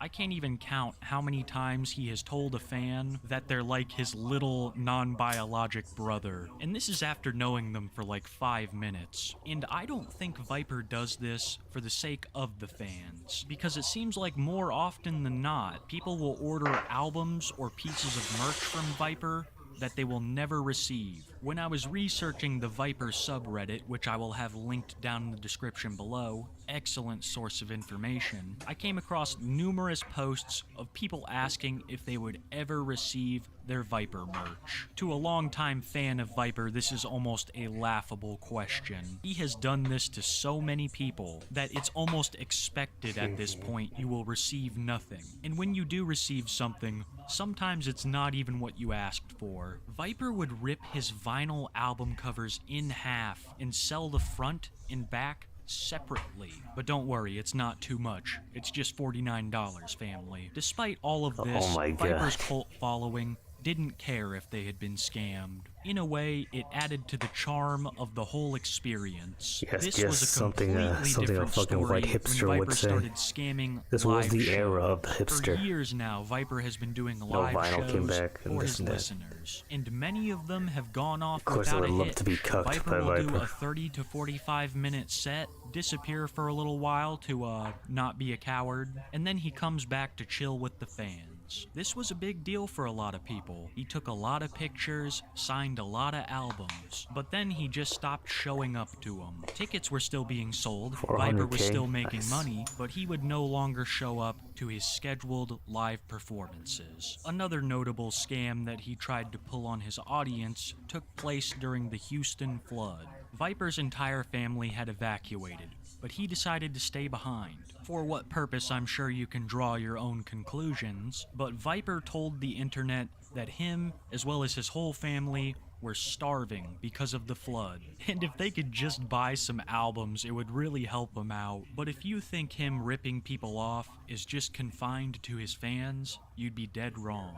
Because we are about to get into what I consider to be his most interesting scam. That would be Free Movers LLC. Free Movers LLC is a company founded by Lee Carter. I've been told that its initial premise was to move people Lee was a real estate agent for free. As I've stated previously, Viper actually is a certified real estate agent, or was at one point, and he had high hopes that this amenity would gather him a lot of business. What Free Movers became was far from what Viper had initially stated. This company would charge businesses that they hadn't even worked with.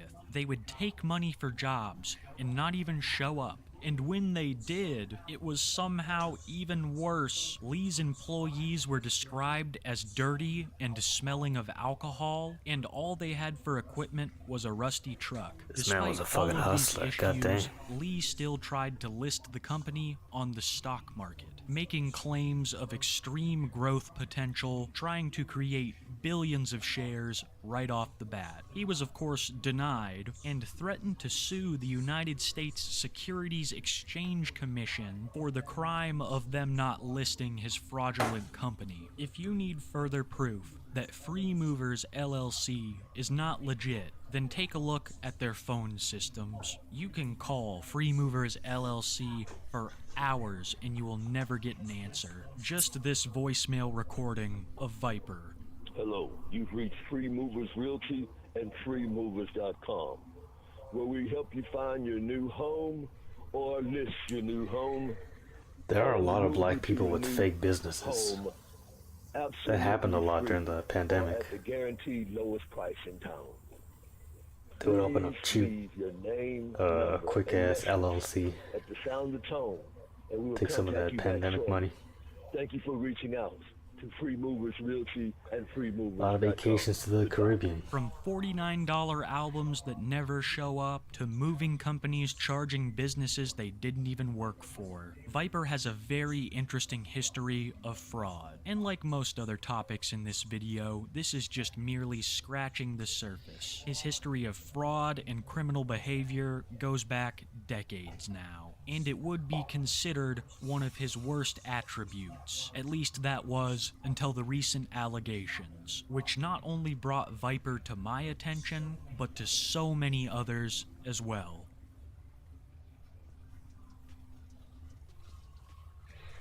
Before we get into the most recent allegations of kidnapping, I want to show you a series of texts that are now infamous That in the PPP Viper loan do be hit. universe. A couple years ago, someone catfishing as a 17-year-old girl contacted Viper through text. I just stayed I'm going home. to read you a couple of snippets During that from time, this just chilled at text home. chain. I'm sure I will have to censor some of it because it is extremely graphic. Got And I'm some showing you weed. this because I want you to know just what kind of morals Lee Carter has. Dear Viper, I'm your biggest Though I fan. was I sick, just wanted to thank you for I the did get inspiration the you've given COVID. me. I've always wanted to see you live. And it If did you ever hit do a concert, different I than will fly any to other it. illness. Kelly. Thanks. But I What did grade not you get it in? more than What once. town you in? I am now going into my last year of high school. I live in Kansas City, Missouri. Viper responds, are you a girl? And if so, can you send a picture? Kelly sends the picture. OMG, you're adorable. Please don't tell me you have a boyfriend. Nope, I've never dated anyone. No one has ever inspired me enough. Lee responds, are you a virgin? Oh, This yeah, goes yeah, back yeah. and forth for a while until Carter He responds, was a I'd love sicko to too. spend time with you too, and IDK make you very happy and very rich. In the meanwhile, let's make a pact to talk at least every other day and be boyfriend and girlfriend, but you can still go to prom, LOL, so I don't lose you before it's time to set up your colleges. Deal? The catfishing troll then acts like the phone was snatched by this girl's father, and responds with a long, angry message proclaiming that his daughter is 17. Viper's response to this would go down as an infamous What's this? meme in the community. 17 is legal, pops. This was the only instance I was able to find evidence with, but I've heard rumors around the Viper my God. community that this has happened more than once. But as I said previously, these are the past allegations. Let's get Fucking into the sicko. recent allegations. The reason most of you are here. And he's what, On like, January 8th, 46 2024, news at this broke time, maybe? that I don't know. Viper had been arrested for alleged How old is kidnapping. Viper? In April of 2023, police had responded to a phone call at Viper's house. In the garage, they found a woman weighing about 70 pounds, a Looks like mattress a covered in fucking fresh toad. vomit.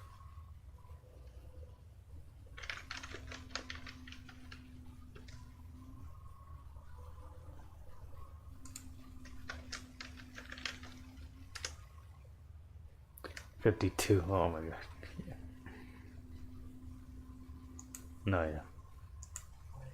No Vomit good. and a makeshift toilet that didn't flush. The woman claimed that Viper had her locked up for the past 5 years. She stated that 5 years ago, she was homeless and pregnant. One day, while she was begging for money, Carter approached her in his vehicle, offering her $1. She claims he then offered her help, and when she got into his car, he took her home to his garage, where he kidnapped her, keeping her there for the next 5 years, feeding her only chips and snack foods, forcing her to take drugs, and other horrible things that I cannot mention here. I say allegedly before all of this because the court case is still ongoing. And the crazy thing is, guys, that there is evidence to support that he is innocent and that he is guilty. I have my own theories on what happened, but I will save that till the end. First, I will read you some of the stuff I found that supports the theory he is guilty. First and foremost being a claim made by his neighbor. During a conversation with his neighbor, supposedly Viper made claims about where he kept women locked up, pointing at the garage, stating that the women were ungrateful, always requesting more food and drugs. The neighbor claims he had long suspected human trafficking or some kind of adult video racket, but he said that he figured the police would come to investigate soon enough. Another piece of evidence would be the overwhelming amount of rap lyrics where Viper has alluded to this type of behavior. Granted, the man has made over 1,500 albums, so I'm sure he said all kinds of stuff along the way. Now I'm going to read you some details that allude towards something being a little bit off with the victim's story. I am not at all saying I don't believe what she said is true, but I feel like this wouldn't be a halfway decent video if I didn't at least include the facts that make this a little bit of a murky how's the saying go? The first No one I good want to deed talk goes about is unpunished. the length of time Viper has even owned that property. From what I've been able to gather, he hasn't Damn, owned this is this the last house time more I'm than being 2 nice to years, anybody. with his victim claiming that she was locked up for 5. Viper could have, of course, moved her in that time, or her sense of time could be skewed from being locked in a garage for a whole year. Second would be the date that the call was made. This woman was found back in April of 2023. Viper wasn't arrested until January 2024, an extremely long period of time for a man who has allegedly committed these kinds of crimes to be roaming the streets. Then again, we could just chalk this up to red tape or bad police work. I was This just next trying to bit be of information charitable. I find most fascinating, but at Be the a good same time, Samaritan. it has the most room for being alive. You see, I have money. Viper I has can a help wife, people. and someone got in But go. contact with this wife to see what she thought of the whole situation. She claimed that it was all fake, that Viper had known this woman for years, hell, they'd even had a kid together that was taken away by the state. She also claimed that this was not the first time this woman had called the police on Viper, and that apparently this whole dispute was over Viper not giving her drugs. Like I said, this has the most room to be a lie, but if Viper were somehow innocent, I would see this being the case. Drugs can make people absolutely insane. I mean, Viper is walking around in his daily life with 3 women's corsets on. It is not out of the realm of possibility that this could just be a dispute between drug addicts. Do I believe that to be the case? Sadly, no. I think something fishy and disturbing was going on there, but I don't think that we have the whole truth. At least not yet, because it seems like new stuff about this case and Viper is coming out all the time. A If he couple doesn't have days the money after to all get a the good lawyer, they'll information about the probably alleged drop the case. kidnapping had come out, Considering another it's news Houston, it would story be very broke keen of a dead Holy body shit. being found in Now the that's a turn very of events same right there. house. 2 months later, the body of a 61-year-old woman would be found in the very same garage that the woman had been rescued from. Police did an autopsy and ruled that this was not a homicide. The 61-year-old woman had died due to complications from alcohol abuse and hepatitis C, internal bleeding being the cause of death. Viper, In the wake the of this Reaper. news, people thought that the woman found dead in the garage was the kidnapping victim. Police made it clear that these were 2 very separate incidents and that the alleged victim of the kidnapping was in good health, safe, with the dead body being completely unrelated to the kidnapping and ruled a natural death. Lee will not face any charges for it. but he is in an ongoing legal battle over the kidnapping case. Mr. Carter has pled not guilty, and the defense attorney put out a statement stating that Carter and the alleged victim were not only in a romantic relationship, but they also had a child together. That this was not a kidnapping, just a simple domestic dispute. After doing all this research,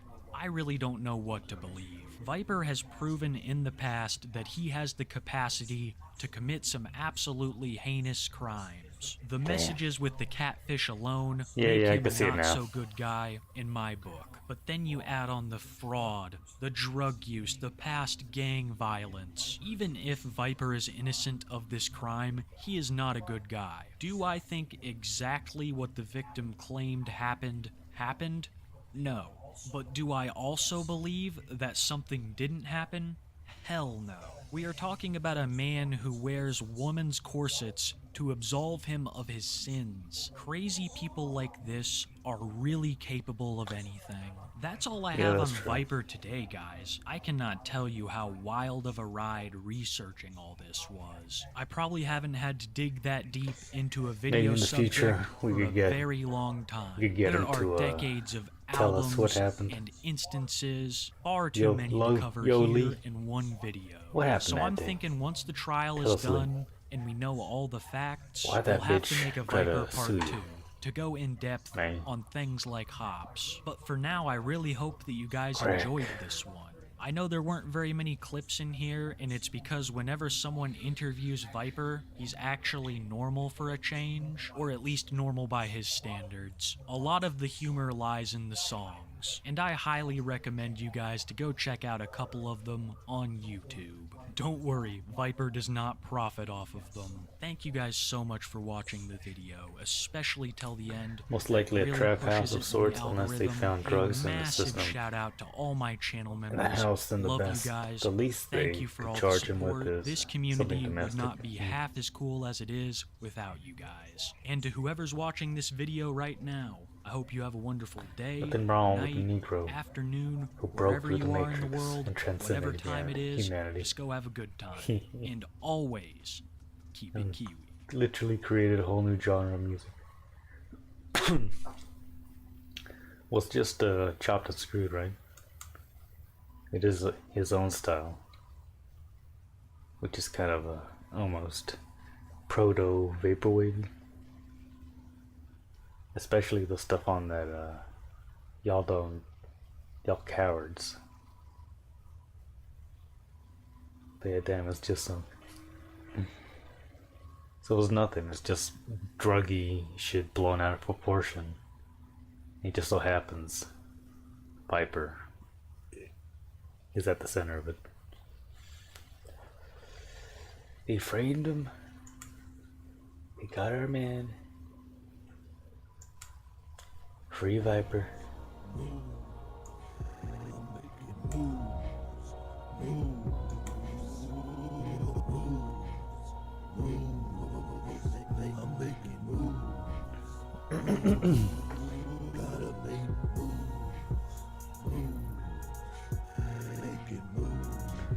Yeah, like a hybrid. Yeah. Though I don't know too much chopped and screwed music, but he is from that scene, right? I think Noah was talking about it some streams ago.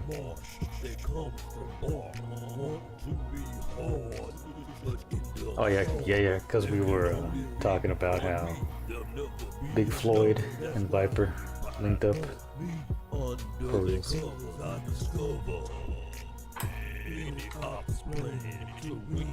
Before it's implemented, it's scanned and broke down into something fictitious. These haters can't understand a thug's rendition. It's probably because they are lightweight. I stay true to this thing while others lose their care. I'm quick to leave foes in shambles and rubble as cuties flock to a hoodlum in triples and doubles. Any other in this grind, it's my job to demolished. Has bad chicks in the cut. Make sure I'm polished. I'm still in it. Move. I'm making move.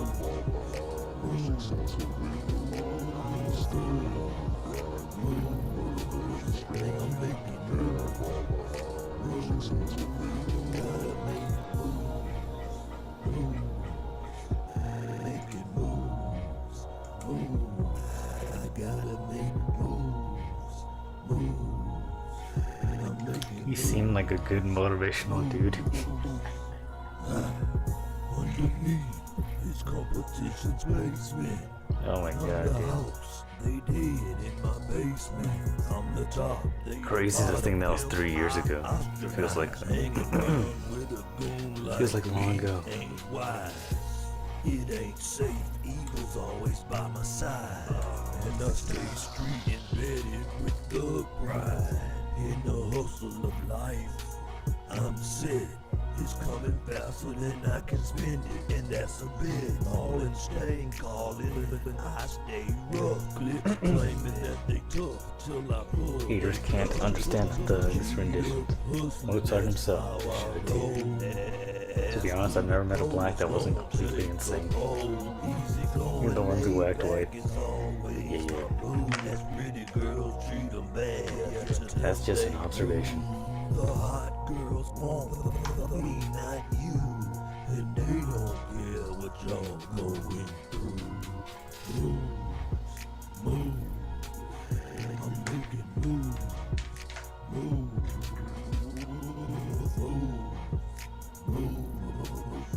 I'm making moves. Gotta make straight on the grind. Motivation's strong. Making moves. Successful people. Gotta make straight on the grind. Making moves. Successful people.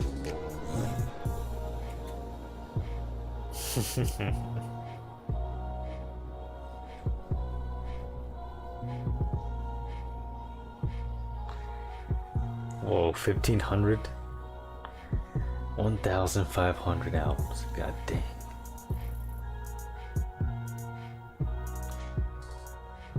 All of them gold.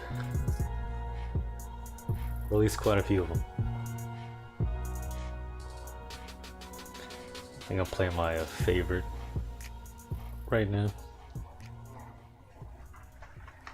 That time Viper waged interstellar war.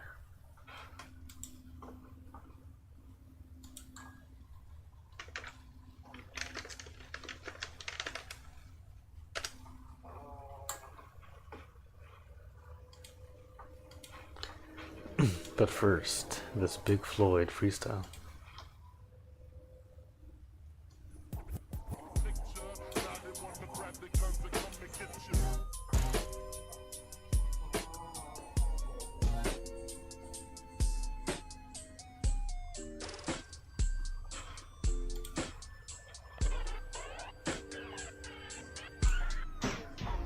Fresh home from school, it's Big Floyd House. Home for the week and then I flip back to college. Gotta make boys straight feel. Dine at the college, coaching like Mendoza's heels. Top of the line, young G's sip to serve with the wine. I got to show these boys my raw naked hide.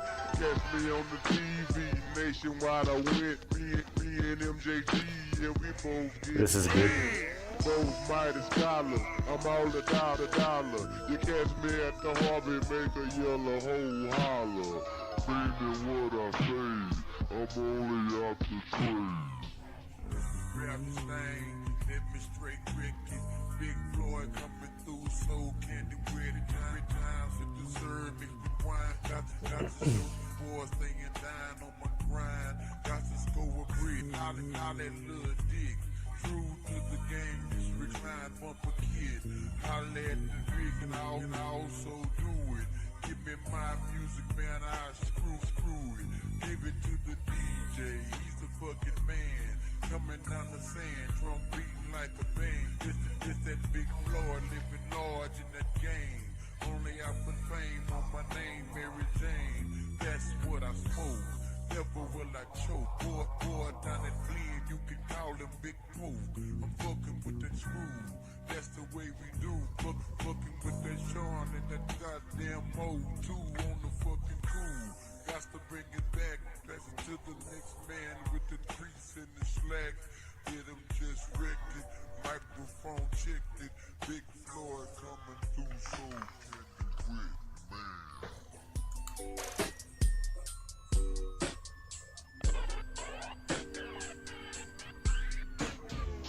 Fresh home from school, it's Big Floyd. The streets ain't bright, crisscross. For the week and then I flip back to college. Gotta make boys straight feel me. Down at the college, coaches like me cause my skills is top of the line, young G, flip the third. We had no idea this was the same Big Floyd that we grew up listening to on them old sweet tapes so long ago. Shit. Big Floyd was part of tape culture. I'm all the dollar. You catch me at the Harvey, make a yellow holler. Meaning what I say, I'm only out to trade. I got to come red, turn the hit no other way. I'm rolling 3 deep with my partner named Jelly. In the backseat, it's that nigga R. Kelly. We bumping and grinding, it's on the dying low. I got to show boys I'll never be no hoe. Cause in the rubber sports, we still sipping hard. Drop the Bentley top and we got to roll far. I'm head to Florida, that's the East Coast. Never will I brag, never will I boast. Just sitting real low in my seat. My next stop yesterday's on the beach. We out on the sand, some boys rolling blue. You know we going slow when we fucking with the screw. So what's up to the dudes, and what's up everybody? What's up to the screw, and your brother LD, cause the screwed up niggas still making dollars for Big Floyd, hurting the industry, wine barrel over gold.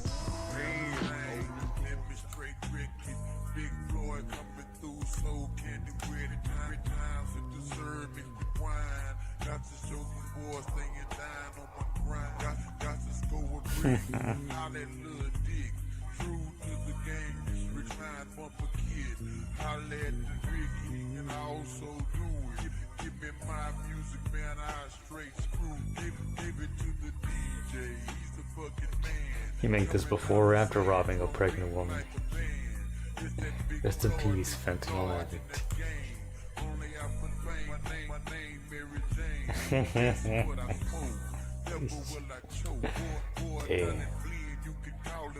I'm fucking with that screw, that's the way we do.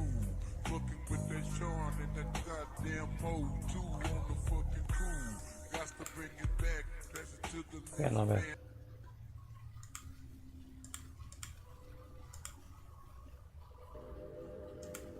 Cool.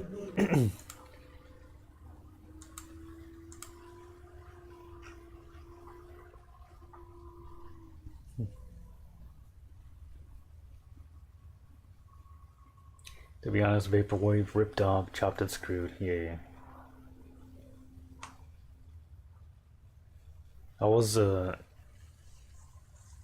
gushing over this 18 Karat Affair interview. One of the first he ever did.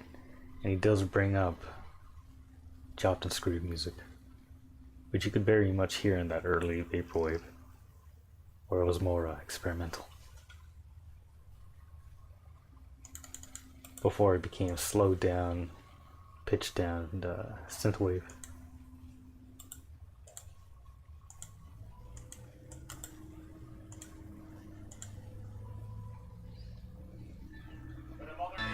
But a mother named Carolyn thinks about Oh my god.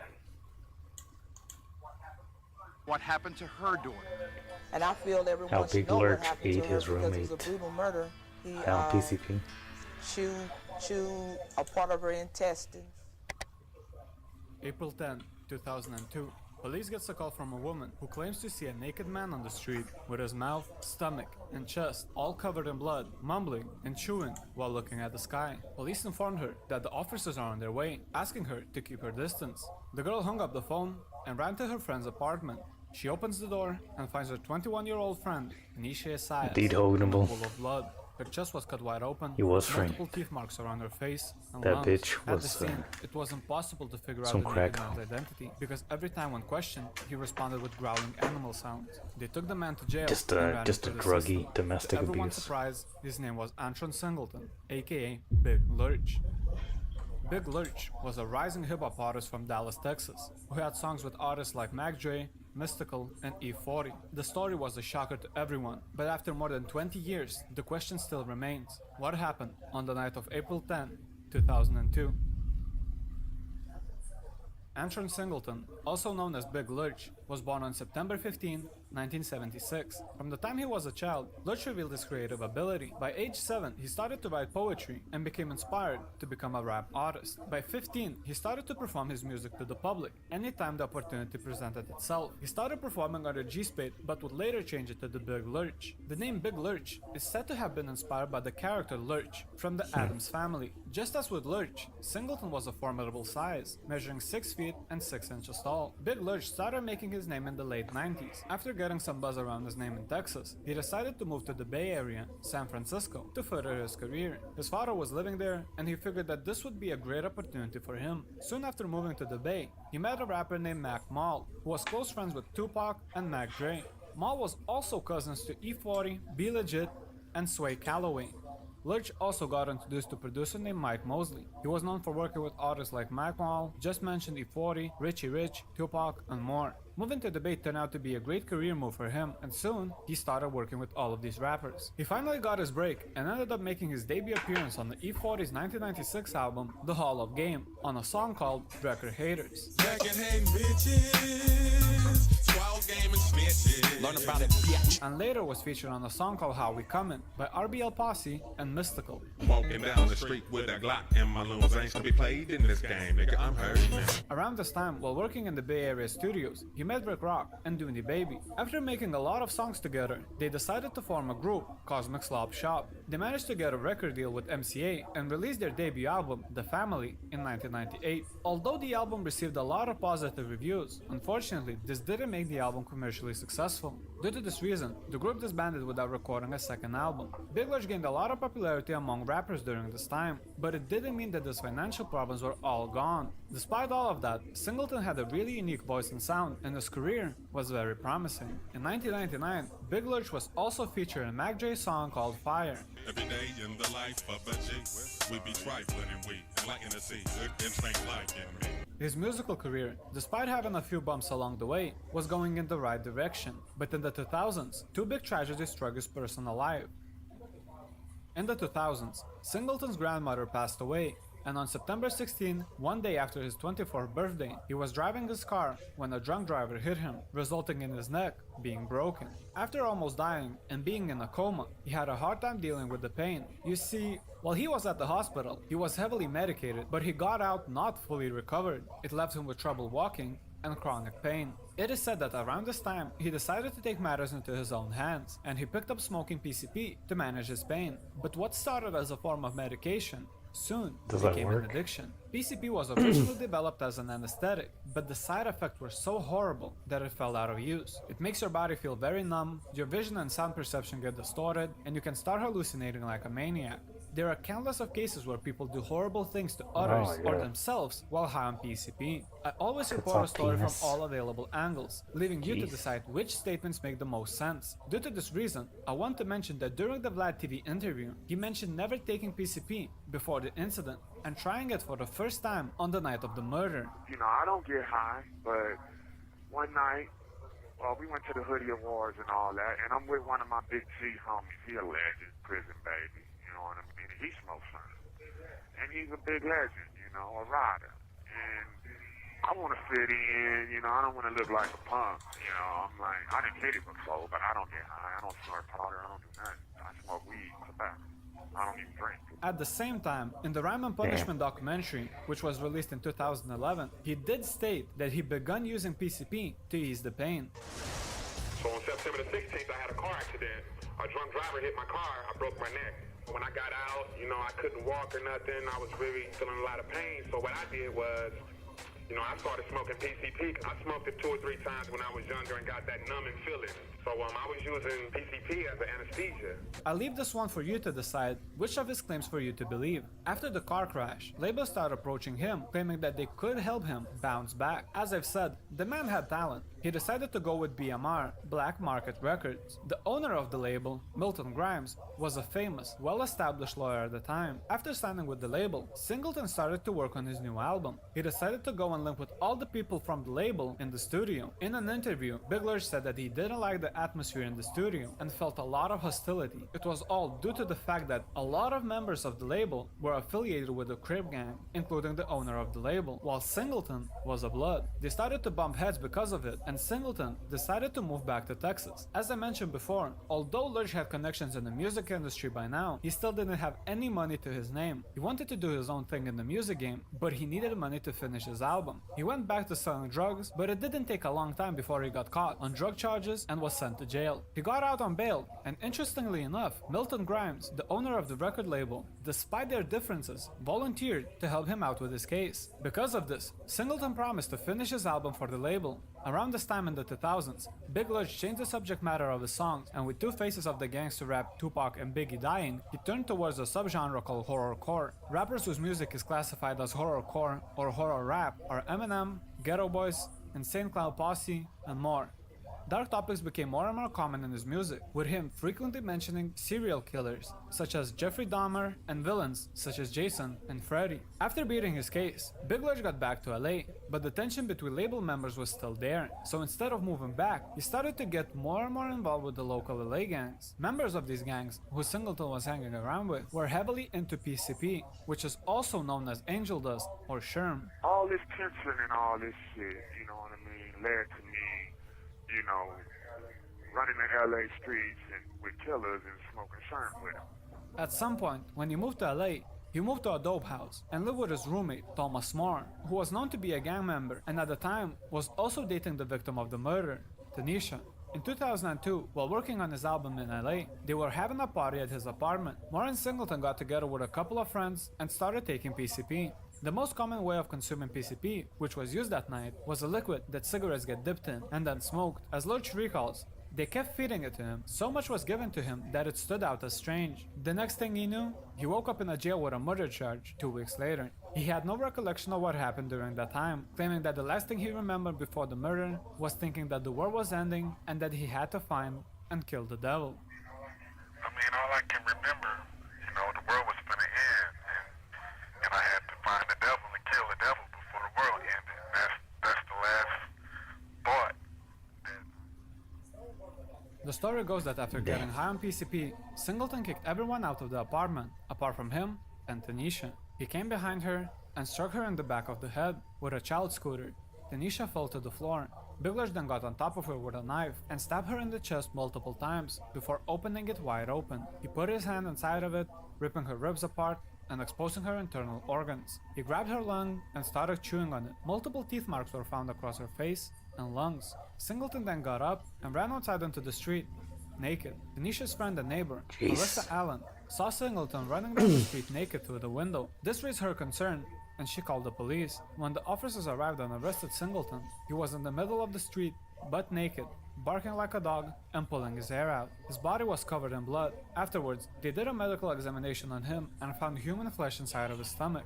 That was from another person. He wasn't aware of his surroundings for a full 2 weeks. The trial began shortly after, and apart from obvious evidence found at the scene, the court got early access to his album, It's All Bad, and used the songs against him. The song that was used during the trial is called I Did It To You, in which he not only mentions multiple killers, but also sings, and all of your friends, I'm fins to school you. Cause murder is a hobby, I'm using a torture chamber, and not a Ruger. So if you wake up in a puddle of blood, I did it to you. In the next verse, he also raps, when I was born, the doctor twisted up the facts. He said that I was a devil's son, so now I'm having flashbacks. The preacher almost drowned me at baptism, so on the 6th year anniversary of my birth, I had to get him. For the court, it wasn't so hard to find a link between his rhymes and the incident. The court used the songs as a blueprint for a murder. They claimed that Big Lurch was obsessed with this type of evil long before committing a crime. On November 7, 2003, jury deliberated for less than an hour and found Singleton guilty of first-degree murder, torture, and aggravated mayhem. He was sentenced to life in prison without the possibility of parole. But is this really what happened on that unfortunate night? According to victim's mother, Carolyn Stinson, she doesn't believe that Singleton did the murder. She seems to think that Tanisha's boyfriend at the time was the one that killed her. She sued the label claiming, as far as her boyfriend, he was a gang member, I believe he the one set all this up. He was beating on her. She had all her stuff packed, ready to leave the day all this happened. she believed that her daughter was murdered and had her chest torn open by her boyfriend, and Singleton found her lying on the floor while being high on PCP and began to eat it, thinking it was a piece of meat. Victim's mother even went as far as visiting Singleton in jail and telling him she knows that he's innocent and forgiving him for the accident. But I'll never forget, what happened to her. But yeah, I forgave him. I don't believe he done that. I believe he probably was off on that PCP and, he tripped. He saw that piece of lung lying on the floor and he, probably figured it was a piece of meat or whatever. So he just took it and started chewing on it. But as far as him, no, I don't believe that. Singleton, to nobody's surprise, echoed the claims that he's innocent, telling, "They got me high on purpose to take advantage of me." They got me high on purpose to take advantage of me. This is where the story starts to get really creepy and interesting. Police did a medical examination of the victim's body and found PCP in her system. Her mother claimed that she didn't do any drugs, and even if she did, the amount of PCP that was found in her system was at a lethal level. It wouldn't have been possible for her and Singleton to smoke that much. Singleton claimed that somebody poured down the bottle of PCP down Tanisha's and his own throats, and that they hadn't smoked it willingly. Somebody pulled it down, the bottle was pulled down her throat because she had so much in her system. Free big lord. They said ain't no way Damn. she could have smoked that much. The murder was committed with a child's scooter, and a bloody handprint was found on it that didn't belong to Singleton. She got hit in the back of the neck with a one of the little kids' scooters because her handprint was See, I on the didn't scooter, know bloody handprint, gangs. But they said they didn't know who that was. But it wasn't he. There were also bloody fingerprints and footprints in the house that did not belong to either of them. Singleton had a pit bull at the time, but that was never brought up during the court. The bite marks around the victim's body were never tested to see if they matched Singleton's teeth. This was all thanks to his attorney, who thought that claiming insanity would grant him a plea deal. As previously mentioned, he lived with gang members in the dope house. According to Singleton, all of the drugs and guns had been removed from the house prior to the incident. We on Figueroa, we were heavily armed up in there, you know what I mean? We had all kind of guns up in there. But when the police hit the spot, there wasn't no guns up in there. There's evidence there like footprints, fingerprints on doors, bloody fingerprint, shoe at the back door, and it's like, where all this evidence go? It was DNA. Who DNA was? They said DNA came up lost. What a strange coincidence, huh? If you think this is insane, wait till you hear his defense. As mentioned, Singleton was defended by his manager, Milton Grimes. He advised him to admit that he did it and to claim insanity, telling him that this way he would only get a couple of years and then he would be let free. Before the following sentence, I want to remind you that he wasn't just a random attorney from the street, he was a good, reputable lawyer. In California, you cannot claim insanity if you willingly took the substance that led you to commit the act you are on trial for. There needs to be at least one other factor, such as underlying mental illness, for a judge to accept such a plea. How can reputable lawyer forget about this? This type of defense is already destined to be doomed. According to Singleton, he was diagnosed with bipolar disorder years before the night of the murder, but Grimes, who knew about it, did not mention it in court. To prove that he knew about his mental illness, he shared that Grimes was the one who picked up Singleton from a mental institution when he was diagnosed. Twice. You might say at this point, why didn't he say anything during the trial? Well, since the day he got to jail, he was put on Haldol, used in the treatment of acute psychosis, and is one of the drugs used for chemical restraint in cases of PCP. Biglich couldn't speak for himself or defend himself, and most probably didn't understand what was going on at the time. The only evidence submitted for the plea was that Singleton had PCP in his system and PCP-induced psychosis. The DA filed a motion to dismiss the plea, and the judge granted the motion. Singleton claimed that Milton Grimes lost the case on purpose to gain favor on another case. He's a lawyer, so he can do deals with all the judges and everything. So my paperwork and all that shit only says what the person that twisted me up wanted it to say. Because he owned the label and he was my lawyer. And he got me signed up, so I was slow than a motherfucker. So when I'm in court, I don't know what's going on. You got me in mental health. I'm on house dog. And then you tell me not to take the stand, and then a total twist. If all of this still didn't convince you that the trial was strange, a little more than half a year later, after Big Lurch was sentenced, a California court ordered Milton Grimes to pay $1.2 million to the murder of a man fatally shot by Gardenia police after a jury found Grimes failed to properly litigate her civil wrongful death case against the police department. After Singleton's conviction, the record label immediately took advantage of the situation by releasing his debut album, It's All Bad, photoshopping him holding a skull on a platter, and a documentary, Drugs Made Me Do It, both without his permission. This wasn't the first time the same record label used murder as a publicity for profit. In a similar fashion, the label put out albums for X-Rated while he was awaiting trial, and eventually he was convicted of murder. This trial has to be one of the most interesting trials in hip-hop history. Everything from murder to trial to conviction remains a mystery. The most unfortunate thing is that the young woman lost a life that day. Tanisha Size was placed to rest, and we should remember that she suffered a terrible fate at the hands of a killer. Rest in peace, Tanisha Size. Was justice served? Let me know in the comments below. If you like this type of content, consider subscribing. That bums me out. Poor woman. Fucking getting her rib cage ripped open. It's fucked.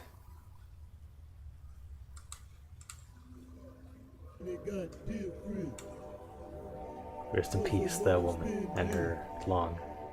The money got different because of what I'm spending. The money got different because of what I'm spending. The money got different. Literally the theme of Lost Highway. The money I can't believe it. I keep framing all these people who are just artistic, man. Just like the guy from Cannibal Corpse who went crazy because his house burned down or something. Or no, it was like his house burned down and they found his skull collection, his illegal skull collection. Not like he was murdering people, I think. But yeah, guns as well. They were not registered.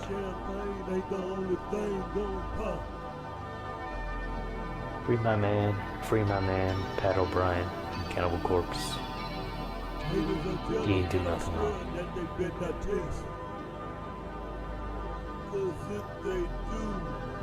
Try and lock him up, cause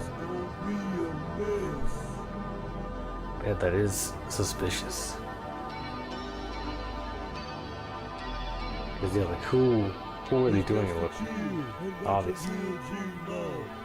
And if you notice that, you know, they would often have guns, and then there weren't any. What problem? Domestic problems with the woman who died. This and that.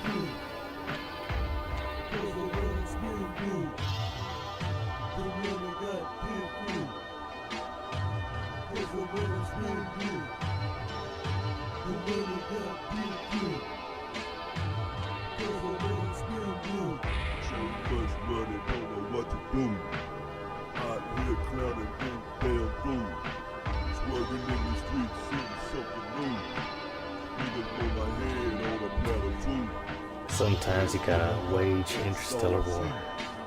All you haters jealous of me, wanna see me in the grave, but I'm all cause I ain't heaven, man. The money got different, cause of what I'm spending. The money got different, cause of what I'm spending. The money got different. I give you so much money that it's causing you confusion. Haters jealous of my swag and the cash is illusion. Swift clicks are jealous cause of all my bed. Word on the street, they want a price on my head. Check your 7 running on the back of the MC. Same street. They won't let you type in Dindu.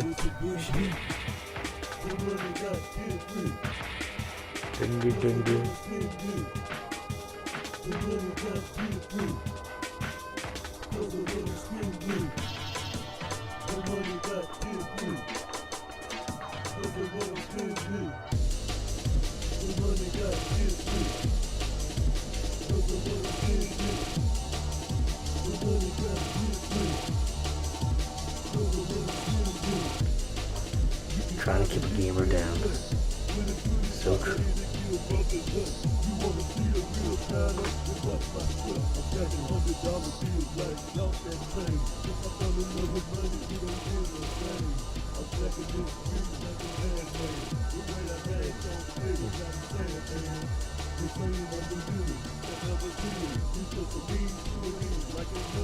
The crack lasers.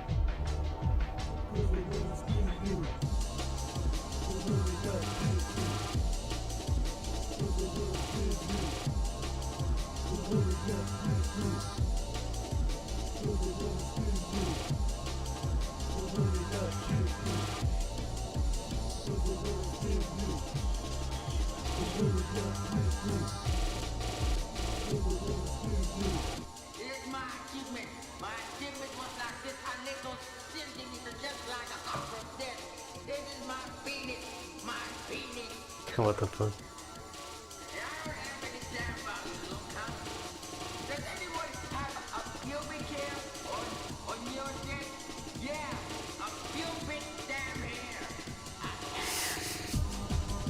What the fuck?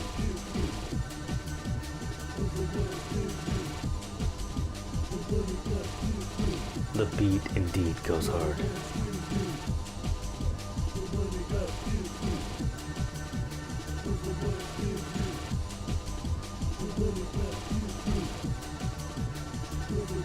Al dente biscuits, my mama got biscuit.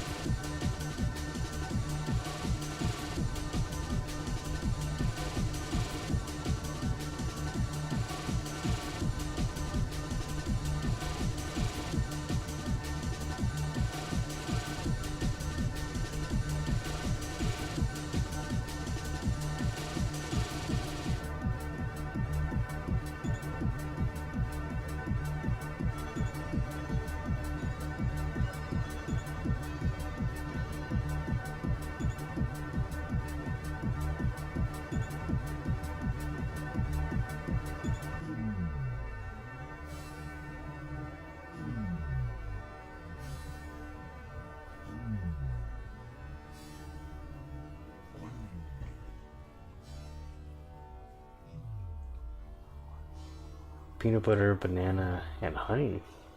I've done peanut butter and banana. But honey would be, that would be good, I think. Should pre-fire with a glass of milk. Dang. That does sound pretty tantalizing. That combo of peanut butter and banana is damn good. I'm gonna have to go make one.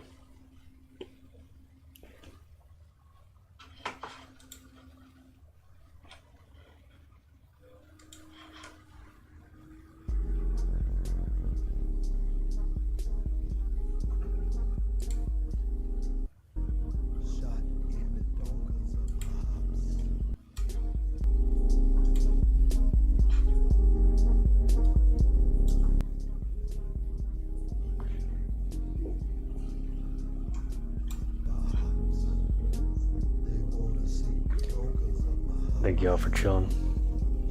Thank you, Anthol, Midas, Chemo, Uyghur, The Lynx, Hoganable, PS. It was a good hang. Duke Nasty.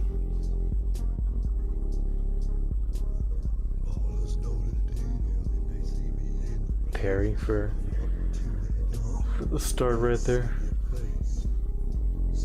I guess for our East Coast snotters, it is Betty Pie time. By the time I go live. Thank you. Whoa.